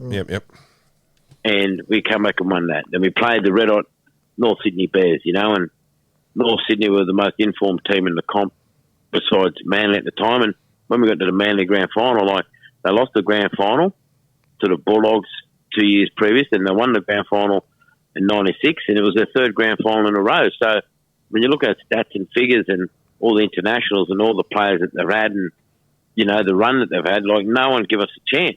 Yeah. But the that's only just, people that backed us was the people in Newcastle. That's the and Newcastle. like Chief said on the bus. Chief said on the bus, we ain't coming home without the trophy. We can't come back home without it. It's the heart of the Newcastle people, never give up. It's a new way, never give up. Have a dig, win, lose, or draw, have a dig, and this city, and I come here as a young 15-year-old boy from Kinga, and I'm very, very, very, honoured to play with such great players and such a great club, and, the mentality, which, you know, I think what the club's trying to get back to these days is trying to get back that old belief system that, you know, like teams were feared coming here to play Newcastle at Marathon Stadium. Oh, 100%. That Newcastle chant is just electric. Yeah, you know, but, you know, that I sort of feel sorry for the players today playing today because they missed the glory years where 38,000 people were there. They had the hill, the chant, you know, people were jumping the fence and they closed the gates at halftime in reserve grade. And, like, they talk about soccer as a religion for people in England. Rugby league is a religion for people in Newcastle. I don't care what anyone says. 100%. Yeah. So, but that's the thing, mate. Like, if the Knights go well, the town's happy. If the Knights are going bad... yeah, well, you know, and it's so true, you know, like the Knights lose, you drive down Beaumont Street or go for a drive, get an ice cream with your kids or something, it's a ghost town. If the Knights win, brother, it's like the whole week. The town's glowing, you know, and that's why rugby league is so important to people in Newcastle because you've got a lot of people here that come from all walks of life, coal miners, wharfies, surfers, soccer players, union, rugby league, and they all love the Knights. And it's an outlet too where, you know, you could be having... you don't know what the next person beside you is going through. They could be going through a tough time in life. But football and rugby league with the Knights just brings makes that happiness come back out of you, you know, and takes away the... come back, sit on the hill and have a beer and take the family to sit up and, you know, get some tickets up on the hill or up in the grandstand. Like it's just it's out of all the stadiums that you ever play at, there's none better. And even when I went and played at the at West Tigers and at the Rabbitohs and I came back to Marathon, you know, like I got to experience what it was like on the other side defence coming here and playing against the Knights. And let me tell you something, I loved playing for the Knights, playing against other teams at Marathon. There's nothing better, you know what I mean? There's nothing playing for your mate, you know, and Billy Peden or Matty Andrew Johns puts a little kicker on the ground, you're busting your ass to get it, yeah? Yeah, no, that's... And when you get the ball in your hands, you're busting your ass to get to the try line and doing other things, you know, because you play for each other. You're inspired by your mate. You're inspired by Mark Glanville on the inside of me. I'm inspired by, you know, Adam Mule inside of me. I'm inspired by Adam McDougall on the outside of me. The greatest halfbacks in the world throwing me long balls. One's the greatest player of all time. The eight's immortal. You know what I mean? Why wouldn't you want to love playing with that? And at the same time, I'm a schoolboy. You know what I mean? Yeah, 100%.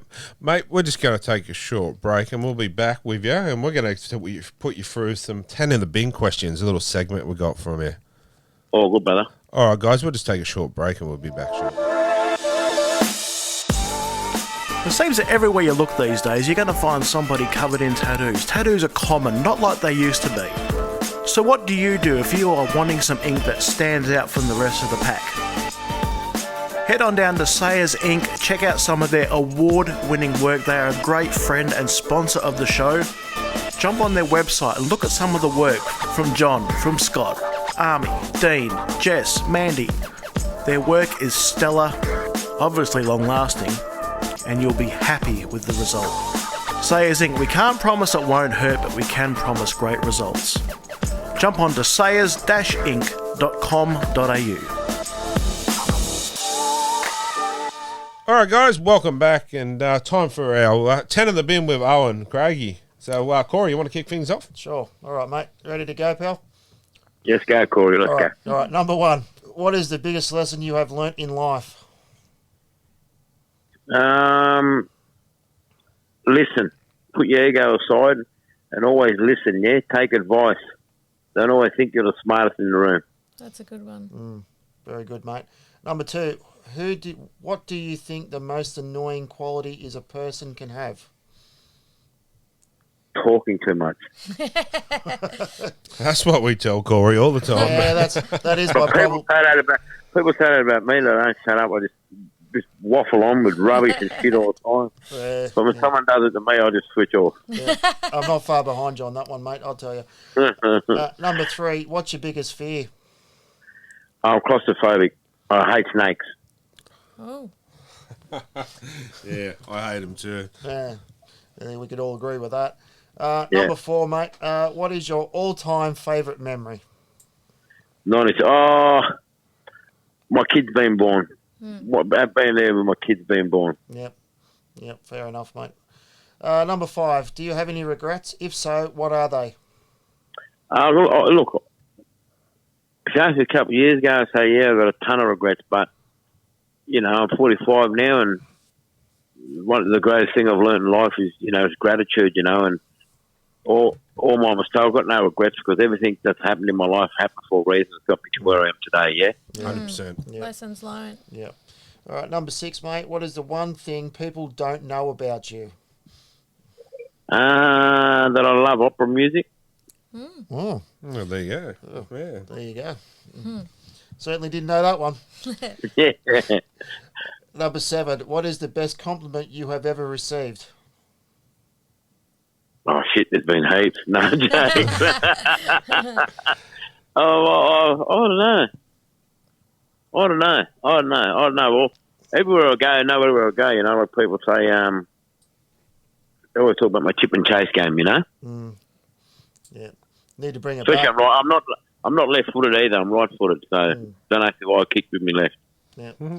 Yeah, that was a freakish talent you had, mate. Don't worry about that. Number 8, what is the worst decision you've ever made? Probably leaving the Knights and going to the West Tigers, only because at the time I had a 3-year contract deal with the Knights, and I had a fallout with Warren Ryan at the time, and I just, I threw the towel in and walked, and I know that if I would have stayed, I had a good chance being at 0-1 side winning 2 premierships, so because I played in the 95 reserve grade and I played in the ARL 97, I could have been a part of the whole 3 grand finals the club's ever won. I remember that grand final one too, eh? Yeah. Max Chapman and the likes. Maxie Chapman, Darren Albert, Brett Grogan, myself, Johnny Carlaw, Richard Swain, Brett Kamali, Craig Kamali.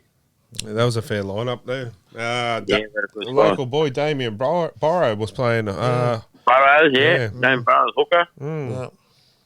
Yeah. Sure was. All right, mate. Number 9, how do you deal with stress? Well, through my stress and, things happen over the years in my life, I'm not the best trainer in the world, but just exercising and running, creative chase energy mental health movement. Yeah. Now a foundation in Queensland that helps kids as young as 9 and 10 through suicide and mental health. And we work with university, schools, jails, hospitals right across the country now, and it runs itself now. And medically and scientifically, it's proven that exercise is the best medicine to feed your brain. Yeah, that's fair enough too. And number 10, mate, who is your celebrity crush? Oh, shit. Growing up, what's Goldie Hawn's daughter name? What was her name? She had a kid, Owen Wilson. Yeah. Kate Hudson. Yeah. Kate Hudson, man, she was the bomb diggity. Yeah, she was crack-a-lacking. Right, mate. I've got a few extra bonus questions for you here. Hit me with them. All right. What is your favourite smell? My favourite smell would be lemon myrtle. Okay. All right. Yep. And does pineapple belong on pizza? Yes or no? 100%. Oh, no. See, I'm one that doesn't. I'll eat it if it's on it, but I won't order it. No. But I'll eat anything. That's my problem. I think that's my Just problem. remember, guys, just remember, I was in the fat squad since I was 15 years of age, so I'll eat anything. But you can't beat a hamburger with a bit of pineapple. No. on it. Yeah. Yeah. Cooked true. pineapple. Pineapple juice, cooked pineapple. No. You go to meat in town, you get cooked pineapple. Oh, mate. I'm It's hungry off the now. chain. Hey, but listen, Indigenous Round, how good? Mate, it's good to see it. I love these type of rounds. Especially for people like ourselves that are not Indigenous that learn more. Yeah, but it's exactly right. Because as parents, and it's a good way, for your kids to understand a little bit about Aboriginal culture and through the game of rugby league. That's why rugby league is so important in this country. It's doing some amazing things when it comes to Indigenous round, the cultural round, magic round, and it's through the game of rugby league we can reach so many people and help inspire people and educate people, which is great, and I think it's just amazing, man. 100%. I couldn't agree more. I'm spewing that it's not at home. Yeah, that's what they're doing for. I know. But I got one more bonus question for you that these guys don't know. I'm going to throw it in. Why was I your favourite classmate at school?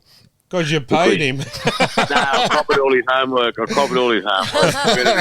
So you failed too. I'll set him up with all the girls if you let me copy his homework. All good, brother. All good. Yeah, All good. Yeah, mate.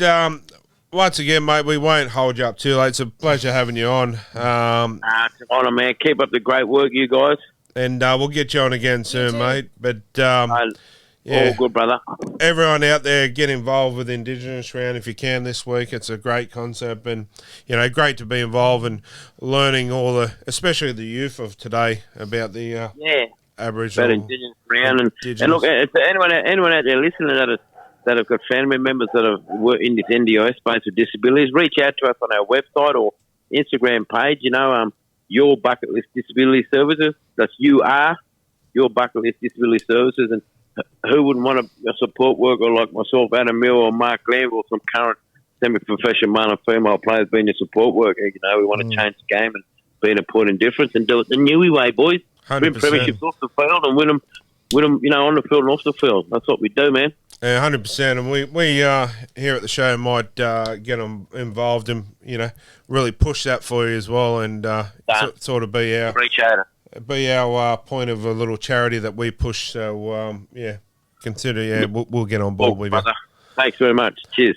No worries. Thanks, champion. All right, guys, we might take to another short break and be back shortly. I gotta be honest, one of my favourite things in this life is to sit down with some amazing meat and just stuff my face full of it. And the best meat that you will come across, honestly, is found at Steak and Chops Butchery at Tanilba Bay. Jump on their Facebook page and check out some of the prices and some of the specials. The quality is outstanding, the prices are excellent, you really can't go wrong. Steak, chops, sausages, mince, lamb loins, what more could you want? Get on down to Steak and Chops, that's 69 Beatty Boulevard in Tanilba Bay. Tell them the Sasquatch sent you. Hi guys, welcome back. It's time for a bit of humour tonight. So that time of the night, a bit of joke. Have you been practising your laugh? Mate, I am raring to go. Jono always laughs at my jokes, so at least I know I'll get one I was laugh. just laughing at Corey. Did you just call a mate too? I swear I just heard you just call a mate. Probably Babe. She's my best mate. Because he calls me after that pig, Babe. No, she's my best mate. Yeah, fair enough. Anyway, well played. One day there were two boys playing by a stream. One of the young boys saw a bush and went over to it. The other boy couldn't figure out why his friend was at the bush for so long. The other boy went over to the bush and looked. The two boys were looking at a woman bathing naked in the stream. All of a sudden, the second boy took off running. The first boy couldn't understand why he ran away, so he took off after his friend. Finally, he caught up to him and asked why he ran away. The boy said to his friend, "My mum told me if I ever saw a naked lady, I would turn to stone. I felt something getting hard, so I ran." That's a good one. Yeah. That's one of my favourites that you've done for a long time, to be honest. That's up there with... This is a very prestigious award, but this is up there with the Harley and the tractor. Oh, that's up there. Sure. All right, second one. A teacher is teaching a class and she sees that Johnny isn't paying attention. So she asks him, "If there are 3 ducks sitting on a fence and you shoot one, how many are left?" Johnny says, "None." The teacher asks, "Why, Johnny?" Johnny says, "Because the shot scared them all off." The teacher says, "No, 2, but I like how you're thinking." Johnny asked the teacher, "If you see 3 women walking out of an ice cream parlour, one is licking her ice cream, one is sucking her ice cream, and the other one is biting her ice cream, which one is married?" The teacher says, "The one sucking her ice cream." Johnny says, "No, the one with the wedding ring, but I like how you're thinking." If it's a little Johnny joke, you know that it's going to be funny. Yeah, it's true. Got any more? Maybe. Maybe. Do you want another one? Yeah, sure, why not? Yeah. All right. Little April was not the best student in Sunday school. Usually she slept through the class. One day the teacher called on her while she was napping. "Tell me, April, who created the universe?" When April didn't stir, little Johnny, a boy seated in the chair behind her, took a pin and jabbed her in the butt. "God Almighty!" shouted April, and the teacher said, "Very good," and April fell back asleep. A while later the teacher asked April, "Who is our Lord and Saviour?" But April didn't even stir from her slumber. Once again, Johnny came to the rescue and stuck her again.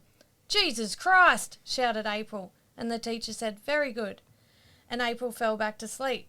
Then the teacher asked April a third question. What did Eve say to Adam after she had her 23rd child? And again, Johnny jabbed her with the pin. This time, April jumped up and shouted, "If you stick that effing thing in me one more time, I'll break it in half and stick it up your bum." The teacher fainted. Little Johnny to the rescue. I'm going to have to bring out some dad jokes. Yeah, they were good, but I like them. Why would you want to? Because they were good. I really liked their last two. They were good. I thought they were great. Panthers this week. Who you got? Broncos Thursday night. So, feeling confident? Not really, but Adam Reynolds is out, so Yeah, every little bit helps. Yeah, that's right. Well, once again, thanks for coming on, and we appreciate everything, and we'll catch you next week, hopefully with a win. Yes, hopefully for both of us. No worries. All right, guys, we'll take a few messages from our sponsor. Are you looking for something a little bit different, perhaps? Something a little bit out of the ordinary? Head down to the Liquidators, Raymond Terrace. Liquidators is a discount variety store. They specialise in all sorts of different home decor items, candles, even hardware. There's costumes and wigs for that fancy dress party. There's art, all sorts of things that are a little bit different. Liquidators Raymond Terrace. That's 34 William Street in Raymond Terrace. All right, guys, it's that time of night again. It's time for Talking Schmidt. Caller number one. Who we got there? Karen from Madawi. G'day, Karen. What question you got for us this week? I was just wanting to say how great that game was at the weekend, and also with the players that were on the bench, coming from the bench. What did you think of those players? I'm not going there. Like Adam Elliott, like with his first game back, and Tyson, as soon as he come on, I think he made the most improvement, and the whole team just seemed to, just one notch up type of thing. It's like he provides that little extra spark. And puts a little kick in the side that they need. I think Adam Elliott probably this week will shine a little bit better again. He just needs a little bit of fitness under his game time under his belt. But I like the fact that they're putting him in at hooker. That works well down at the Raiders, and I like it up here as well. And it leaves Gamble to be the ball playing 13. Yeah, I noticed they're on the bench again, Tyson and Adam, so for this game coming in. Yeah, I think Tyson's bringing a lot from the bench. I'd like personally to see him come on probably 10 minutes from half time too as well, to see what he can do with a tired defence. We might be able to rack up a bit of points, but mate, absolutely. Everyone says, Lockie Miller or, Ya's by the year, and, for us, and I, totally agree. But, Tyson Gamble's got to be up there as well. No, I think they all played well. Very, what do you think with Caelan? Do you think he'll make the State of Origin side or not? I think he will. And, that's exciting time for us too. It's good for him, but it's also interesting. We'll start seeing Tyson play a bit of 5'8" again. So it'd be good to see him and Hastings have a little bit of a run around together as well. So interesting for that myself. Jono? I think Ponga will miss out on Origin. I think it's too little too late. Oh, okay. I think Reece Walsh has been playing too well and he deserves a crack at that number 1 spot. I agree 100%, but the word I've read today was Billy Slater is impressed with Ponga and, been there, done that. So, interesting. What about Dane Gagai? What's that, sorry? What about Dane? How do you think if he'll get picked or not? Well, rumour has it with that too. I say rumour because no one knows, but apparently he's not going to make it. So I think he should. He deserves it, and it'd be good to see him there, Corey. Yeah, I think Gagai deserves to be there, but as I was talking about before, there's certain parts of the media saying that he won't be there. So interesting. Guess time will tell. What about the other room with Daniel and Bradman? Stay or go? I'd like to see him stay, but time will tell that too. It's only speculation at the moment. The club has confirmed, as we had earlier with Elliot, that nothing has been talked about there. So, hopefully that's I hope so. Because we're going to be losing Dom, and that's going to be a big loss, I think, too, next year. Yeah, so we don't want to lose too many. I'd rather keep the nucleus of the team together and go forward. We appreciate your call there, Karen. You were on the bus with us too down to Parramatta, were you? Oh, yes, it was great. You enjoyed it, did you? I really enjoyed it. Yeah, it was really good, and I'm going to Penrith too. Yeah, no, looking forward to that. Can't wait. So, it'd be good to see you back on. So, enjoy the trip with us. So, enjoy the rest of the show, and thanks for coming on to Talking Schmidt. Thank you. Bye. Bye, guys. Good night. Thanks. Good night. Good night. This is Junior Crazy Lady on location McDonald's Jones Stadium.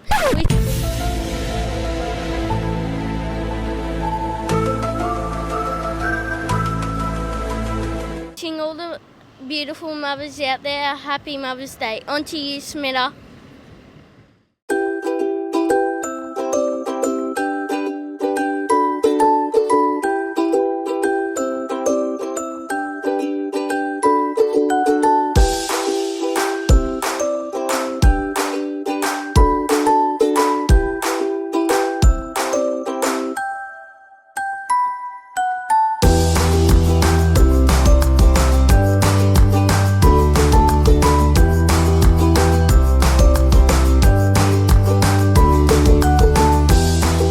Here at McDonald Jones Stadium for a special Mother's Day game. How's your Mother's Day been?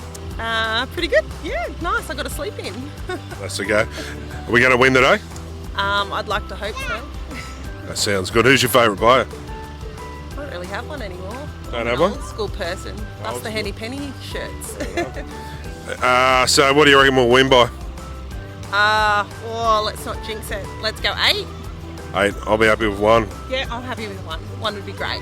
No worries. Happy Mother's Day. Thank you very much. Thank you.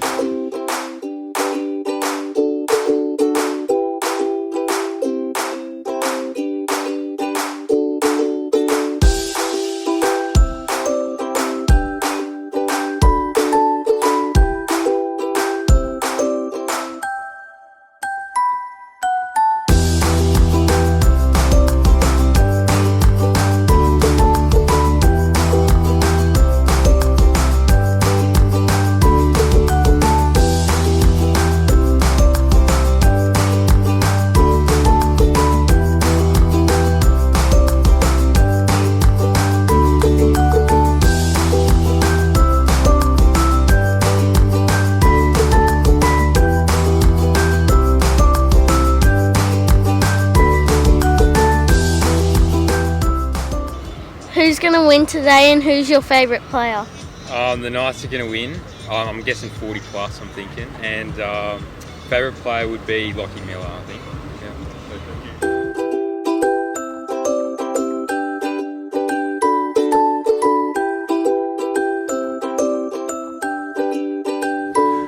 Who's going to win today? I think Knights have it in them to win, but it might come up to a little bit of luck in the forwards, but also Ponga coming with the goods. So. The Titans have been playing some good football. They have, but hopefully they demonstrate that poor performance in the second half and we can get the chocolates on them. A bit of a roast at barley might do us well to good. Oh, yeah. I don't know. What was the story about that? It was... A bit of media blow-up, I think. Yeah. I got told it was only one or two players that requested that, but could be wrong. Speaking of media blow-up, rumour has it Scott Sorensen from the Panthers will be with the Knights soon. What do you think of that? Oh, he had a ripper game last night. I think his stats were up there, so I think that'll be a good addition to the forward pack. So 100%. The crazy lady on the show won't be happy, but I'm sure we will. No, we'll take whatever we can get at the moment. I think we need to bolster both our forward and back lines a little bit. So yeah, it's a good purchase, I think. Yeah. No worries, and happy Mother's Day to your mother out there. Yeah, happy Mother's Day, and also it's my father looking down on us. It's his birthday today too, so happy birthday to him. Oh, absolute special win today for that, mate. Thanks, champion. I even got the back on there, Kev's up. Too easy. Thanks, champion.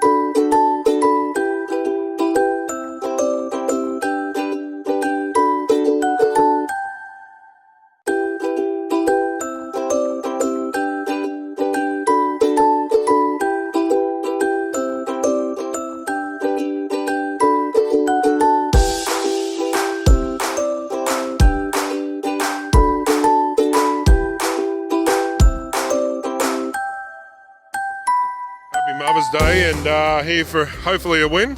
Hopefully we get a good win for Mother's Day. Yeah, that'll be good. Who's your favourite player? Kalen Ponga. Kalen Ponga. You'll have a good one today?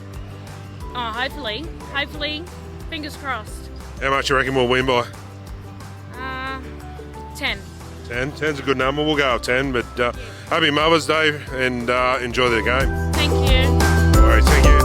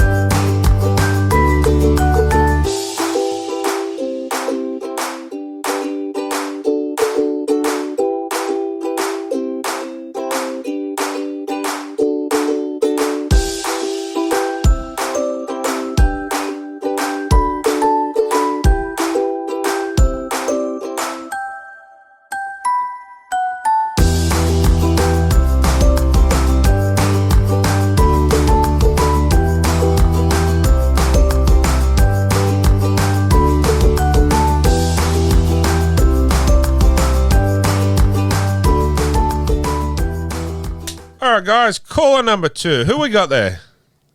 Oh, Phil. Hey, Phil. How you going, mate? Yeah, I've been following the Knights since they started, and I was a former rugby league coach. I was the first person in Newcastle to get the New South Wales Rugby League coaching certificate, and I studied under the late, great coach. A lot of the different coaches that I had were all good coaches, I guess, that I had. I didn't play much. I got knocked by a car when I was 14 and finished my career. But the late, great Jack Gibson was... I used to try and follow all the different moves that Jack had worked out, especially the penalty taps and that. He had a lot of really good penalty tap movements where you'd, make at least 50 metres in nearly every penalty tap. He was such a great coach, but he also liked to give juniors a go coming along through. He always hated to see the clubs put a lot of time into juniors and then they don't ever see them in grade, and I just been disappointed with that myself, being a Newcastle boy, I guess, and my brother was a former first grader for about 12 years with West Rosellas, and that I've come up through a rugby league family, and my uncle played for Australia, played 5'8", Herb Marnie in the First World War in the services teams in France, and it's sort of a bit of a rugby league family because my dad's family come from the heartland of rugby league, Northern England, and where all the rugby leagues played. But we always, found in the juniors there at West, there's more good players get left go than what they keep, and I just felt sorry that Mule Hoskins' son, I thought he was, a kid that worth keeping, and how he never got a chance to play grade with the Knights disappointed me a lot. And I just there's lots of other ones as well that have gone. Even that young kid is playing for Melbourne. I was a fan of his right through juniors. What was he? Is that Pizzette? Troy Pizzette, young man, Jonah. I'm just trying to think of his goal. He does a lot of the goal kicking. Nick Beanie. Nick Beanie, and I used to always like Nick. He was a nice kid and that, and I always... Zach Hoskins is really, really killing it for Parramatta and Penrith, and I think that Broncos. He started first grade. He played Broncos first grade, I think, didn't he? Yeah, he's with Penrith now, and I think under Ivan he's really shining. I think Ivan can bring a lot out of a player, and I think it's shown with Zach. Zach, he played 2-3 games last year with the Broncos. Is that correct? Yeah, I think so. So he's still eligible for Rookie of the Year this year. Yes. So I'd say I'd throw him as a dark horse. Who else is the Rookie of the Year? Who else could you that's really stood out? Yeah, well, I think Reece Welch is. I don't know if he's still eligible. No, he played too many last year. But I'd put it on Hoskins, to be honest. Only the other that I can think of would be the new West Tigers fullback, but he's only playing a couple. Junior Barlow. Hoskins for me takes it out so far. Yeah, no, I was really impressed with him at Penrith. As you say, Ivan is very good. He's got a great nature, Ivan, and he can encourage players. He has got that really encouraging nature and can bring the best out in players, a bit like Craig Bellamy. He's pretty good at that too. Yeah, that's right. They have that good nature where they're not sort of... they're not always screaming at the players and that sort of. They're more like Jack Gibson. He never was a screamer. He was always, an encouraging old coach, and he could get the best out of players too. And there's not many that can. But anyway, I just felt I wish that the Knights would be able to, keep. Yeah, we can't keep more, unfortunately. But I know what you're saying, 100%. But I mean, a lot of people are saying that it would be good to see Zach come back. I don't think you're going to when he's playing good football like that under Ivan. And Ivan's really turned him into a. If he keeps going, I'll go as far as saying you'll see him in a sky blue jersey in, 3 or 4 years, 3 years or even 2 years. So I'd say you'll see him at the Penrith Mountains for quite a while now. And good on him, finding a home with Ivan. And he's keeping, what's that highly talented player from Penrith that went from the Tigers, Luke Garner, out. Luke Garner, yeah, that's right. And I mean, you have a look at Zach too, and I think over the last 12 months he's really become a formidable first grade player, and a lot of that's got to go to Ivan. He's just fitted like a glove there too. And I mean, when you're playing off the back of the world's best player, arguably at the moment in Nathan Cleary, your football's gonna that's excel. right. Well, like Andrew Johns, he made so many players, brought the best out in so many players, didn't he? 100%. Mate, we appreciate your call. That was an awesome question for us. And thanks for your time. What's that, sorry? Yeah, thanks for your time and having us on tonight. It was great what you were doing. I appreciate it, mate. And that's what I was going to say too. Anyone listening tonight or that, and I'm promoted on my Facebook too, that with the trip coming up to Penrith, where the Knights are playing Penrith, and is going to have the bus trip down there. Yeah, mate. Yep. If anyone hasn't been to Penrith, Panthers Club, it's an experience on its own. Oh, isn't it? That club. It's just an incredible club. I've worked there as an entertainer myself as well too. I've worked in the Evan Theatre, and I've worked in the Grand Prix Room many years ago when I was working as an entertainer. And I always loved going to that club, and I used to see buses pull up there from Victoria. They'd be pulling up like every hour, coming there to that club, playing the pokies before poker machines came into Melbourne, into Victoria. Oh, righto. But anyway, anyone that hasn't been down, that'd be a great day. I shouted to one of my sons. I've got 3 sons, and I'll be promoting it to other people too, because we appreciate that, mate. My wife thinks I'm an entertainer. Yeah, well, she might be right. Yeah, no, she's a Panthers fan too, mate. So, I can't wait to get down there. It'll be a good trip.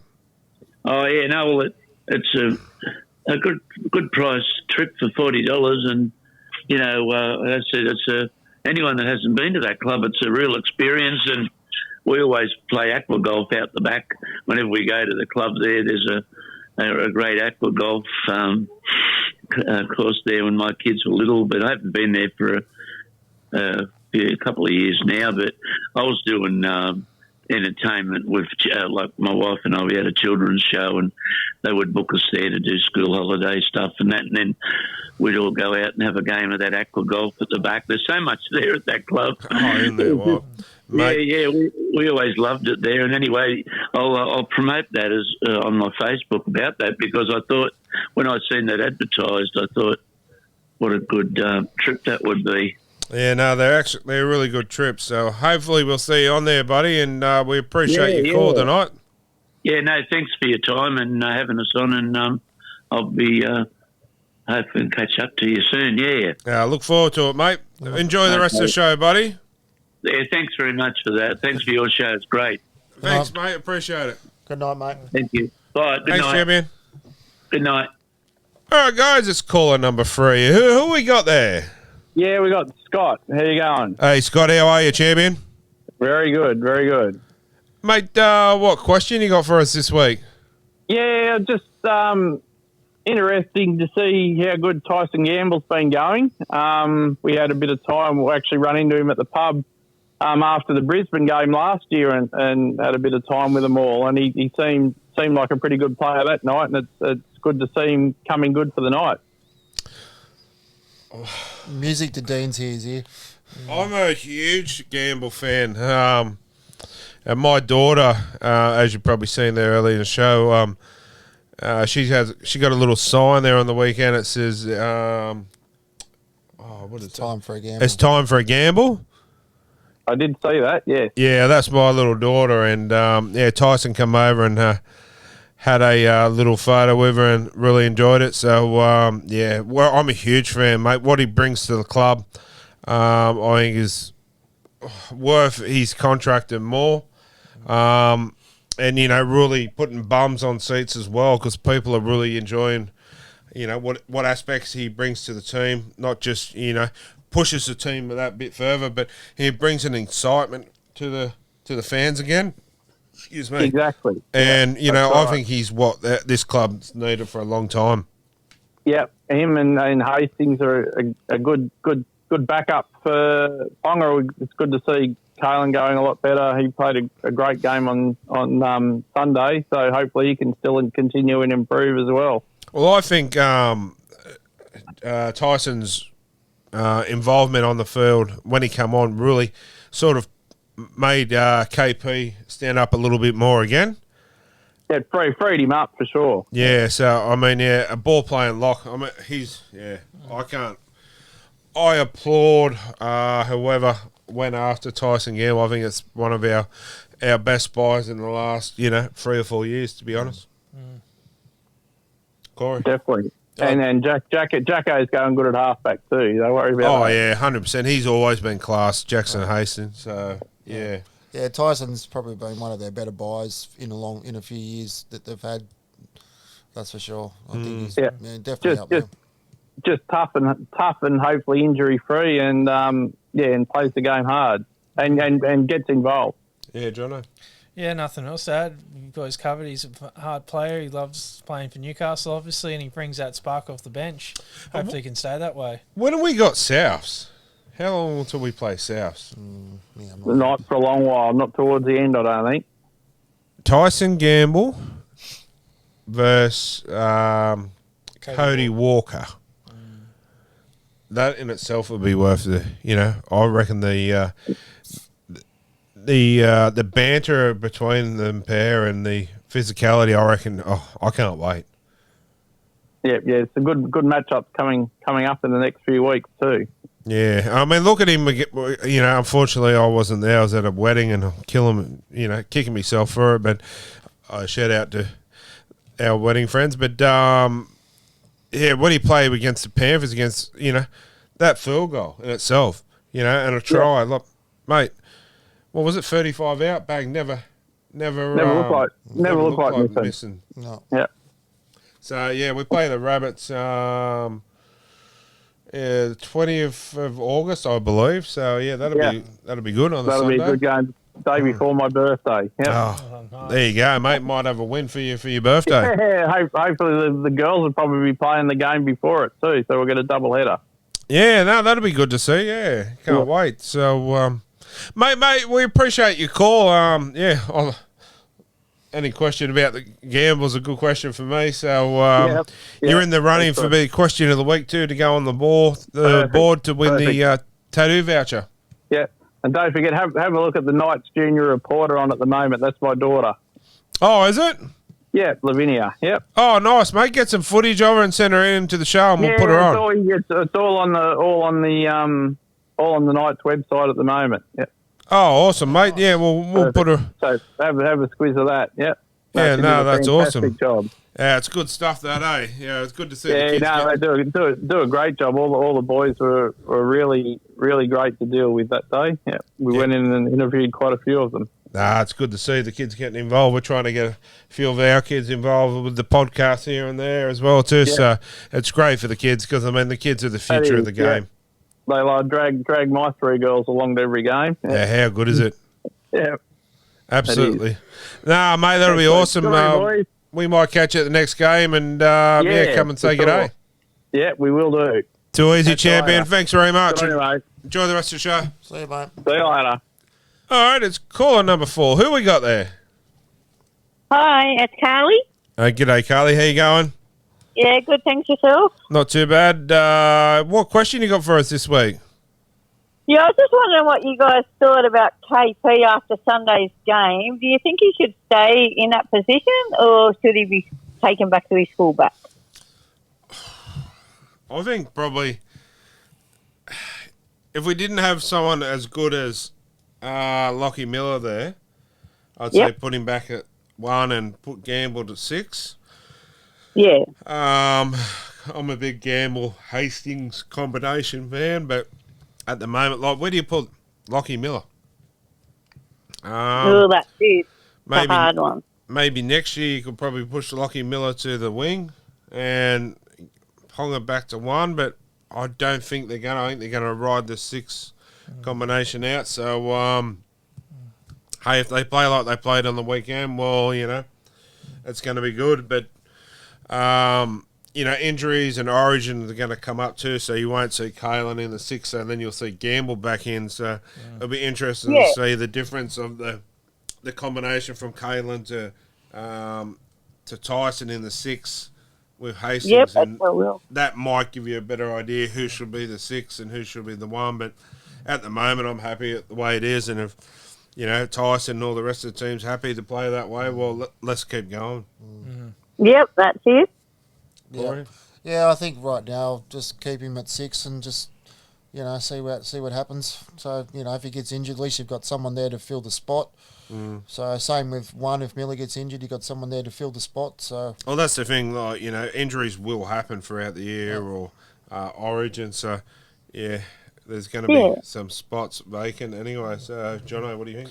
No, I think we need to keep him at number 6. For the way Lockie Miller's playing, you can't really move him that's out right. of position. So my only thing is, you know, as long as, and I think he will be, as long as Tyson's happy to play that role, because we've done everything, we got him there, he's a big part of the club.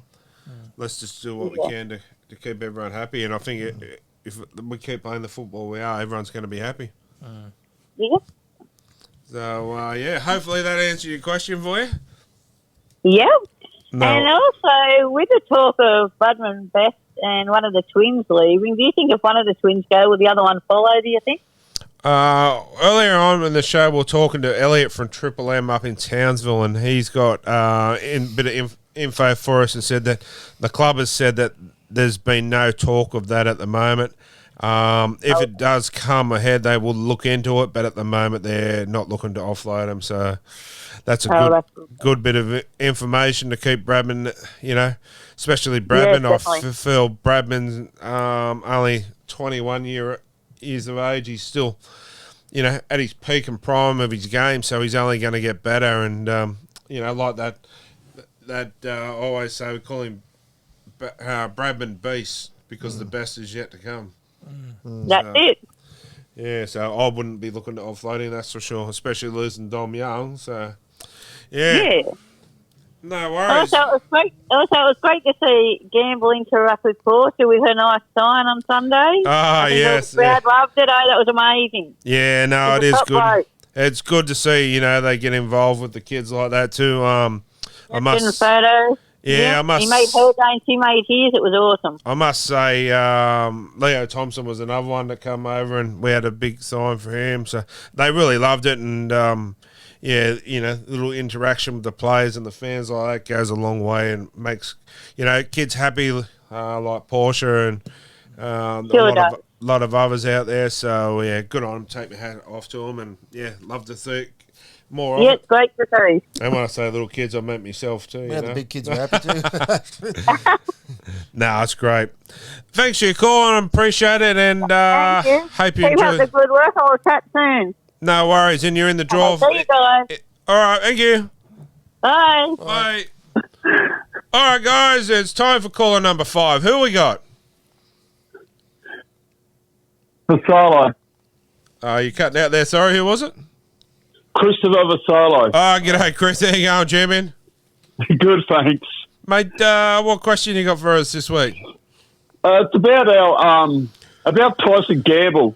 Do you after Sunday's great performance by him, do you think he should be still coming off the bench, or would you start him in the starting side?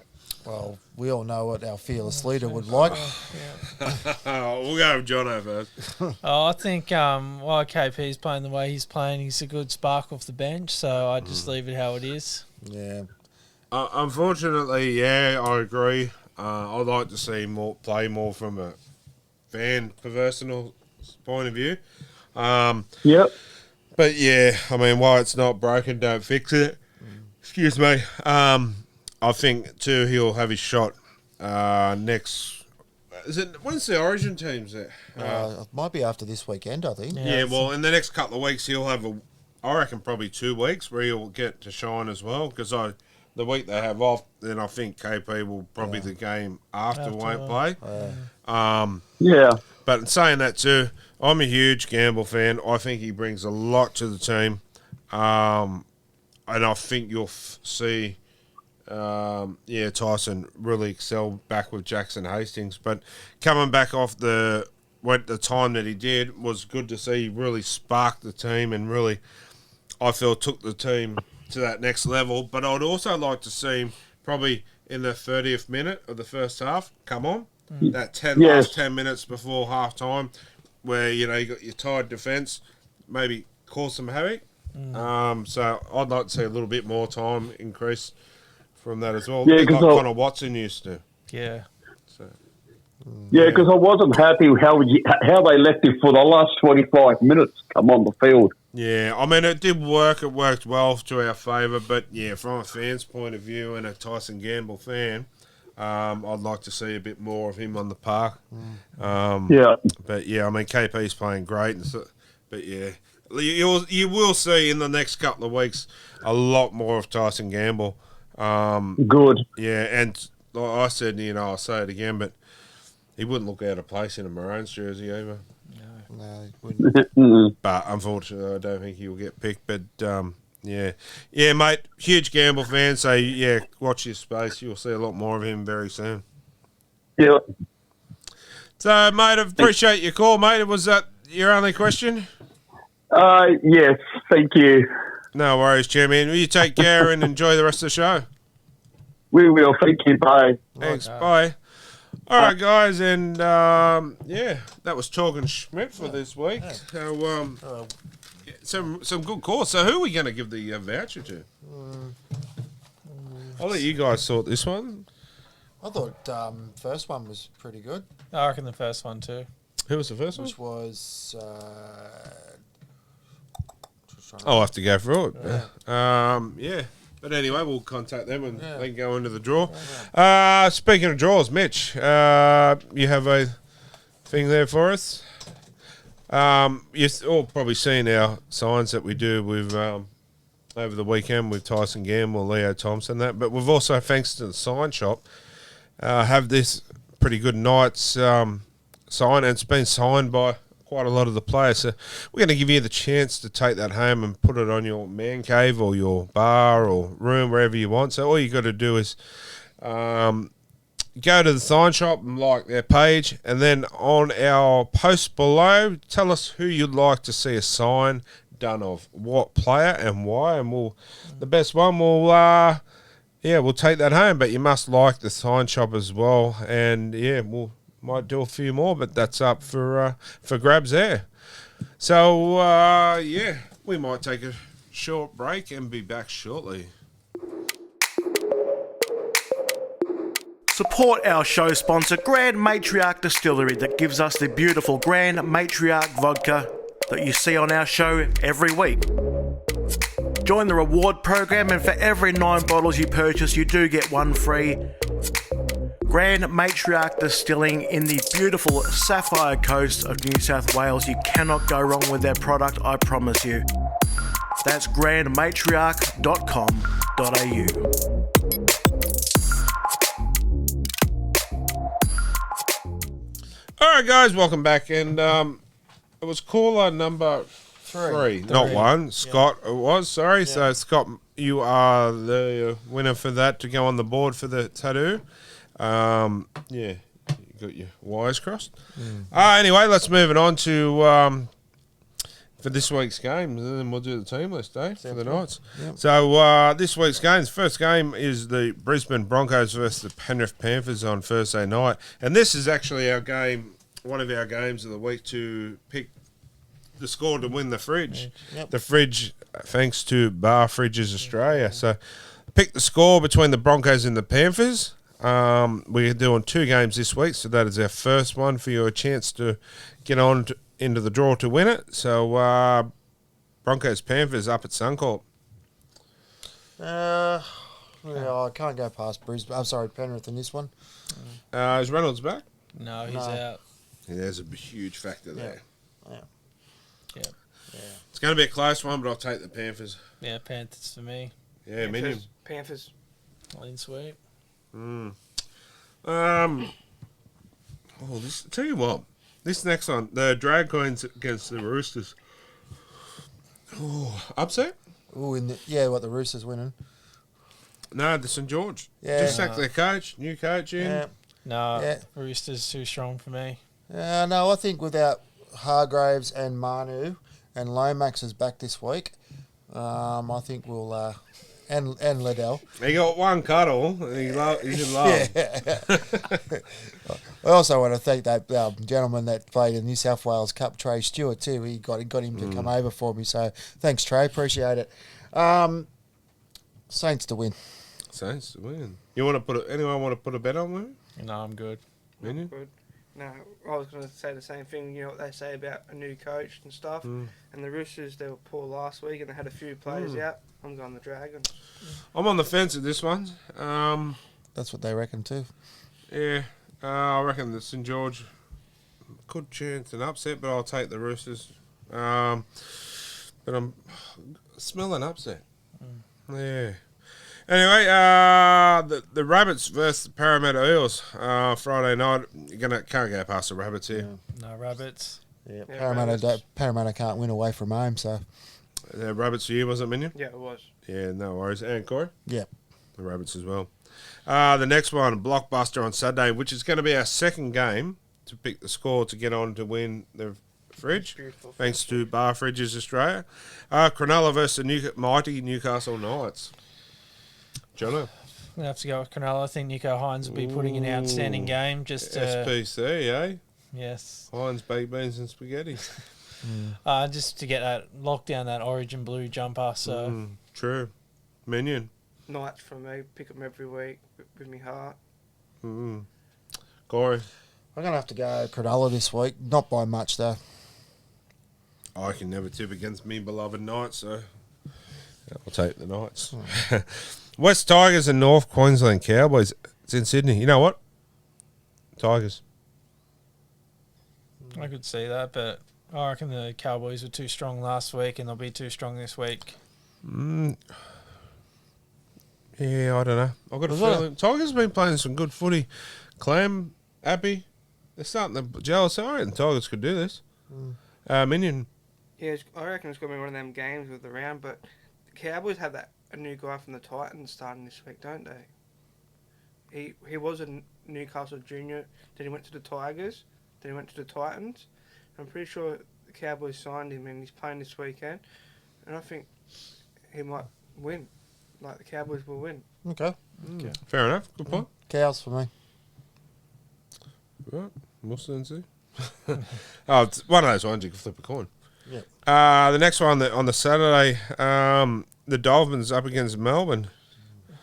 That's Suncorp.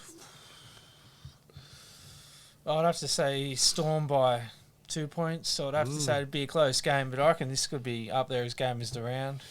Yeah, that was an interesting one. Yeah, got a lot of ex-Melbourne players there. So, yeah, it's been one of them games that they look forward to playing against. Yeah, Minion. Yeah, I'm going the Dolphins, so fins up.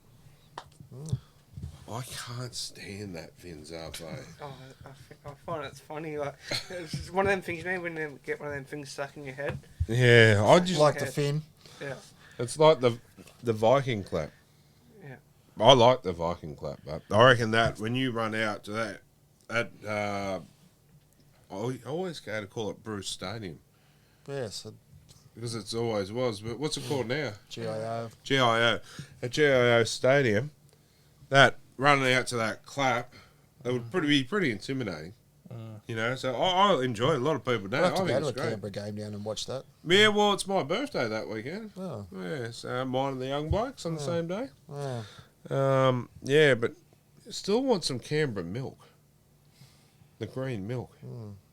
I wonder if we can get some sent up here and we'll have it on the show one day. Oh, we'll be down there that weekend, so I'll bring some back. It'll be curdled by the time we get home. Fair enough. All right. Yeah, I'm going to take the Dolphins. I can't go past Melbourne, but I can smell an upset in this one.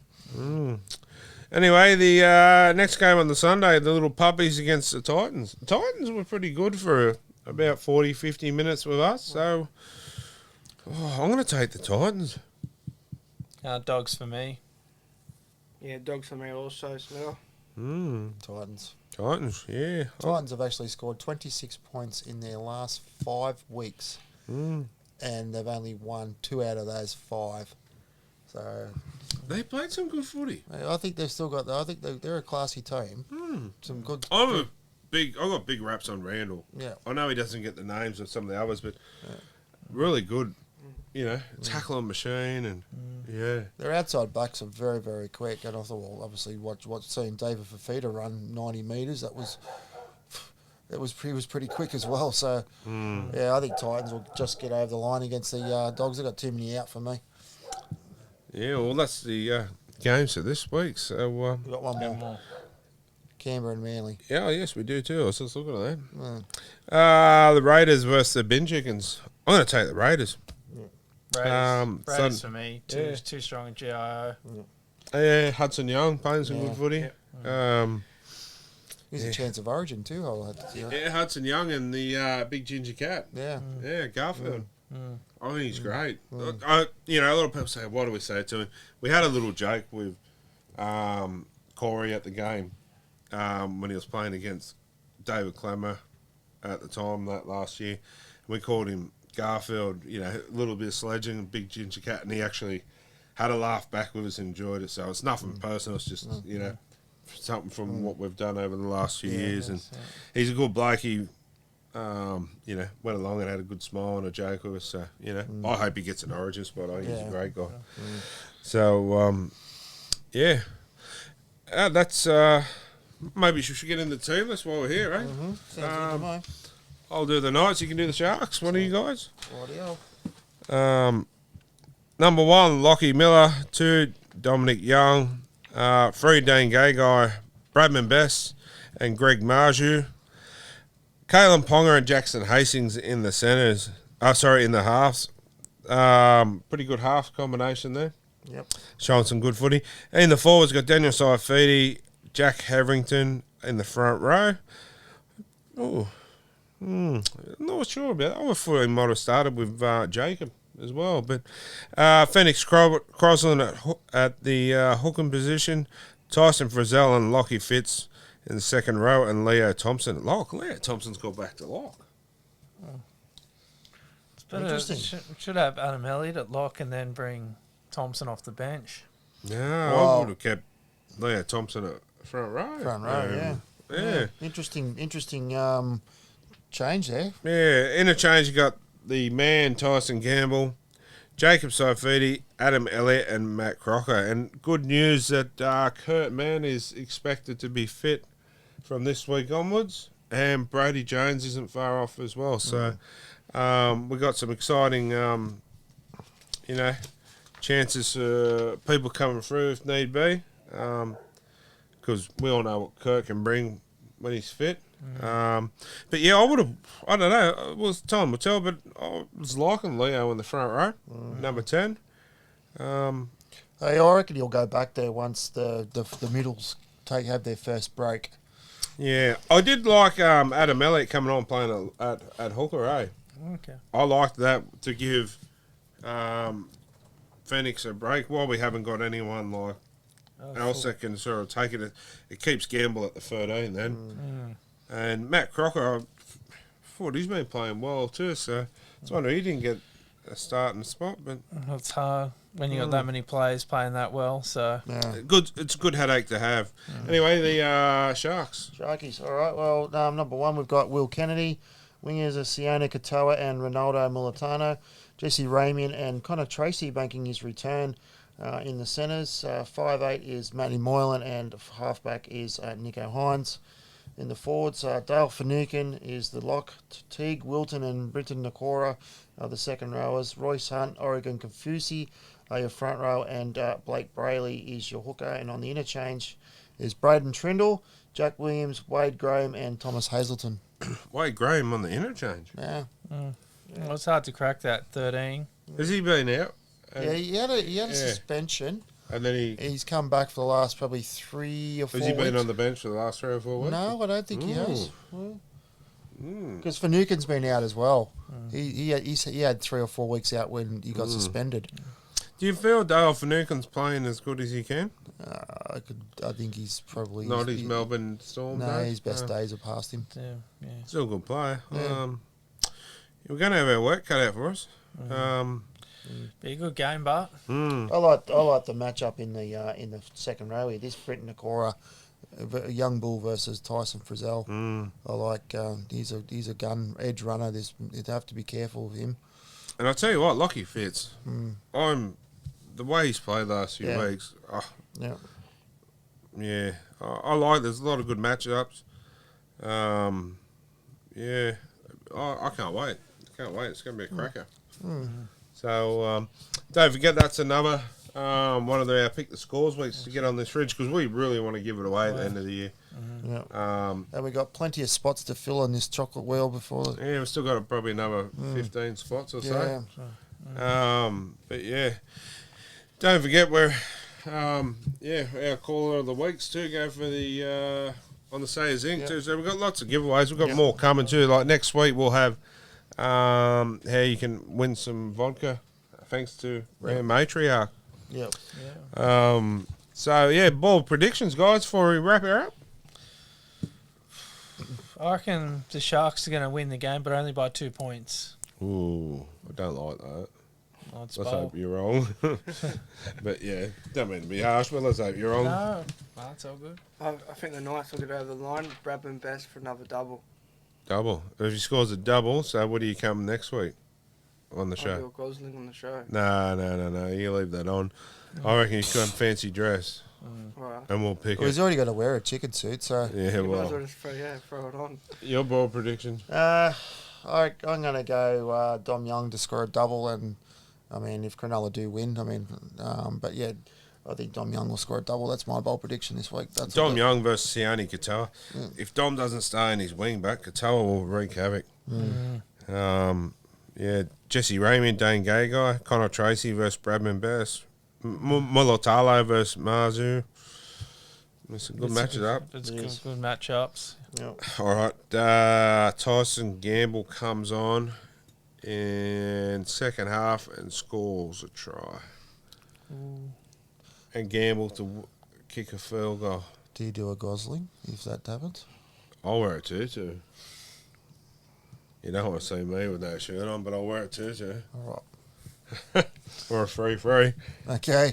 Anyway, yeah. So don't forget, guys, if you can't get to the game, you know what? I'm going to throw it out there. I'm going to give people free chances to get on the fridge this week. So pick the score in one of those two games. You know, and if you go into the game, send us a photo. Yeah. And be creative. Even if you write signs or whatever, send us a photo in, and you know, it's a $1,500 fridge. Yeah. So if you got the game, send us a photo, and you can get on it as well. So yeah, I'm feeling generous this week. Feeling lucky. But also, if you can't get to the game, either listen to it on Triple M with MG and the call team, or head down to the Gal. The Gal has a nighttime happy hour. Yep. For every night's game. So yeah, head down to the Gal and they got some beautiful James Squires on tap. I could just sit under there and just drink it. It's absolutely beautiful. That's my drop of choice, is the James Squires there. But yeah, head down there and the nighttime happy hour. I think it's $5 schooners. So that's pretty good. Pretty good. Yeah, I'm pretty sure it's $5 schooners, and they'll look after you. Go see Mick and the staff there at the Gal and tell them that we sent you, and they'll look after you. But also, I'm going down on Saturday to First in Mosaic. Going down to see Thomas and Nice. check it out and have a pizza and a few beers. So looking forward to that. Yeah. So I think that's it, guys. Unless I've forgotten something. Not that I can recall. Yeah, but don't forget, thanks to the sign shop. If you want any signs, whatever, they're the place to see. But go over, like them, and you could win the autographed Knights picture. And tell us under the post who you would like to see a sign done by next. And thanks to the crazy lady. Thanks to Big Addeds over there. It's having a mate going through a bit of a rough patch at the moment. Big Ads, mate. We send a cheerio to you and big loves, mate. Big loves. Chin up, champion. We're all there for you, buddy. Shane, Owen Craigie. Yep. All our sponsors. All our sponsors, yep. And we actually got some jackets in the making that we're doing. So big nighttime, thick, warm jackets. So they're absolutely beautiful. They're coming up soon. That'll be good in the middle of the winter for us. True. And don't forget to jump on for your bus seat for Penrith. Yep. Krispy Kreme donuts. You know what? If we can get down there early enough, maybe we should do iFly. You been that? Indoor skydiving? No, I haven't. I'd like to try it. But Minion's excited for it. I'll pass on that one. No, it's indoor. You don't have to jump out of anything. You're just on like a big fan that takes you up. I reckon you'll be all right. If I can do it, you can do it too, mate. Yeah. All right, guys. So next week, MG's back. Yep. So you back next week? Hopefully, I'll be back. So we'll all be back. Big shout out to Floor Boy Gary too, who's got the man flu. Got the spicy cough. Yeah. So anyway, till next week. Every time Is night time. Good night. Good night. But I don't know what you would do with their last names because we've already done Woohoo to to all good. Woohoo to He loved that sign. Yeah. Eat it. Let's get teary with Cleary. Yeah. Who farted? You want to go up there? No. Oh, hang on, buddy. Why did you not tell me before we? Sorry, got that mate. We just phone got me little daughter in here. She's busting to go to the loo, so we had to stop recording. call? Are you staying up the house or are you coming back?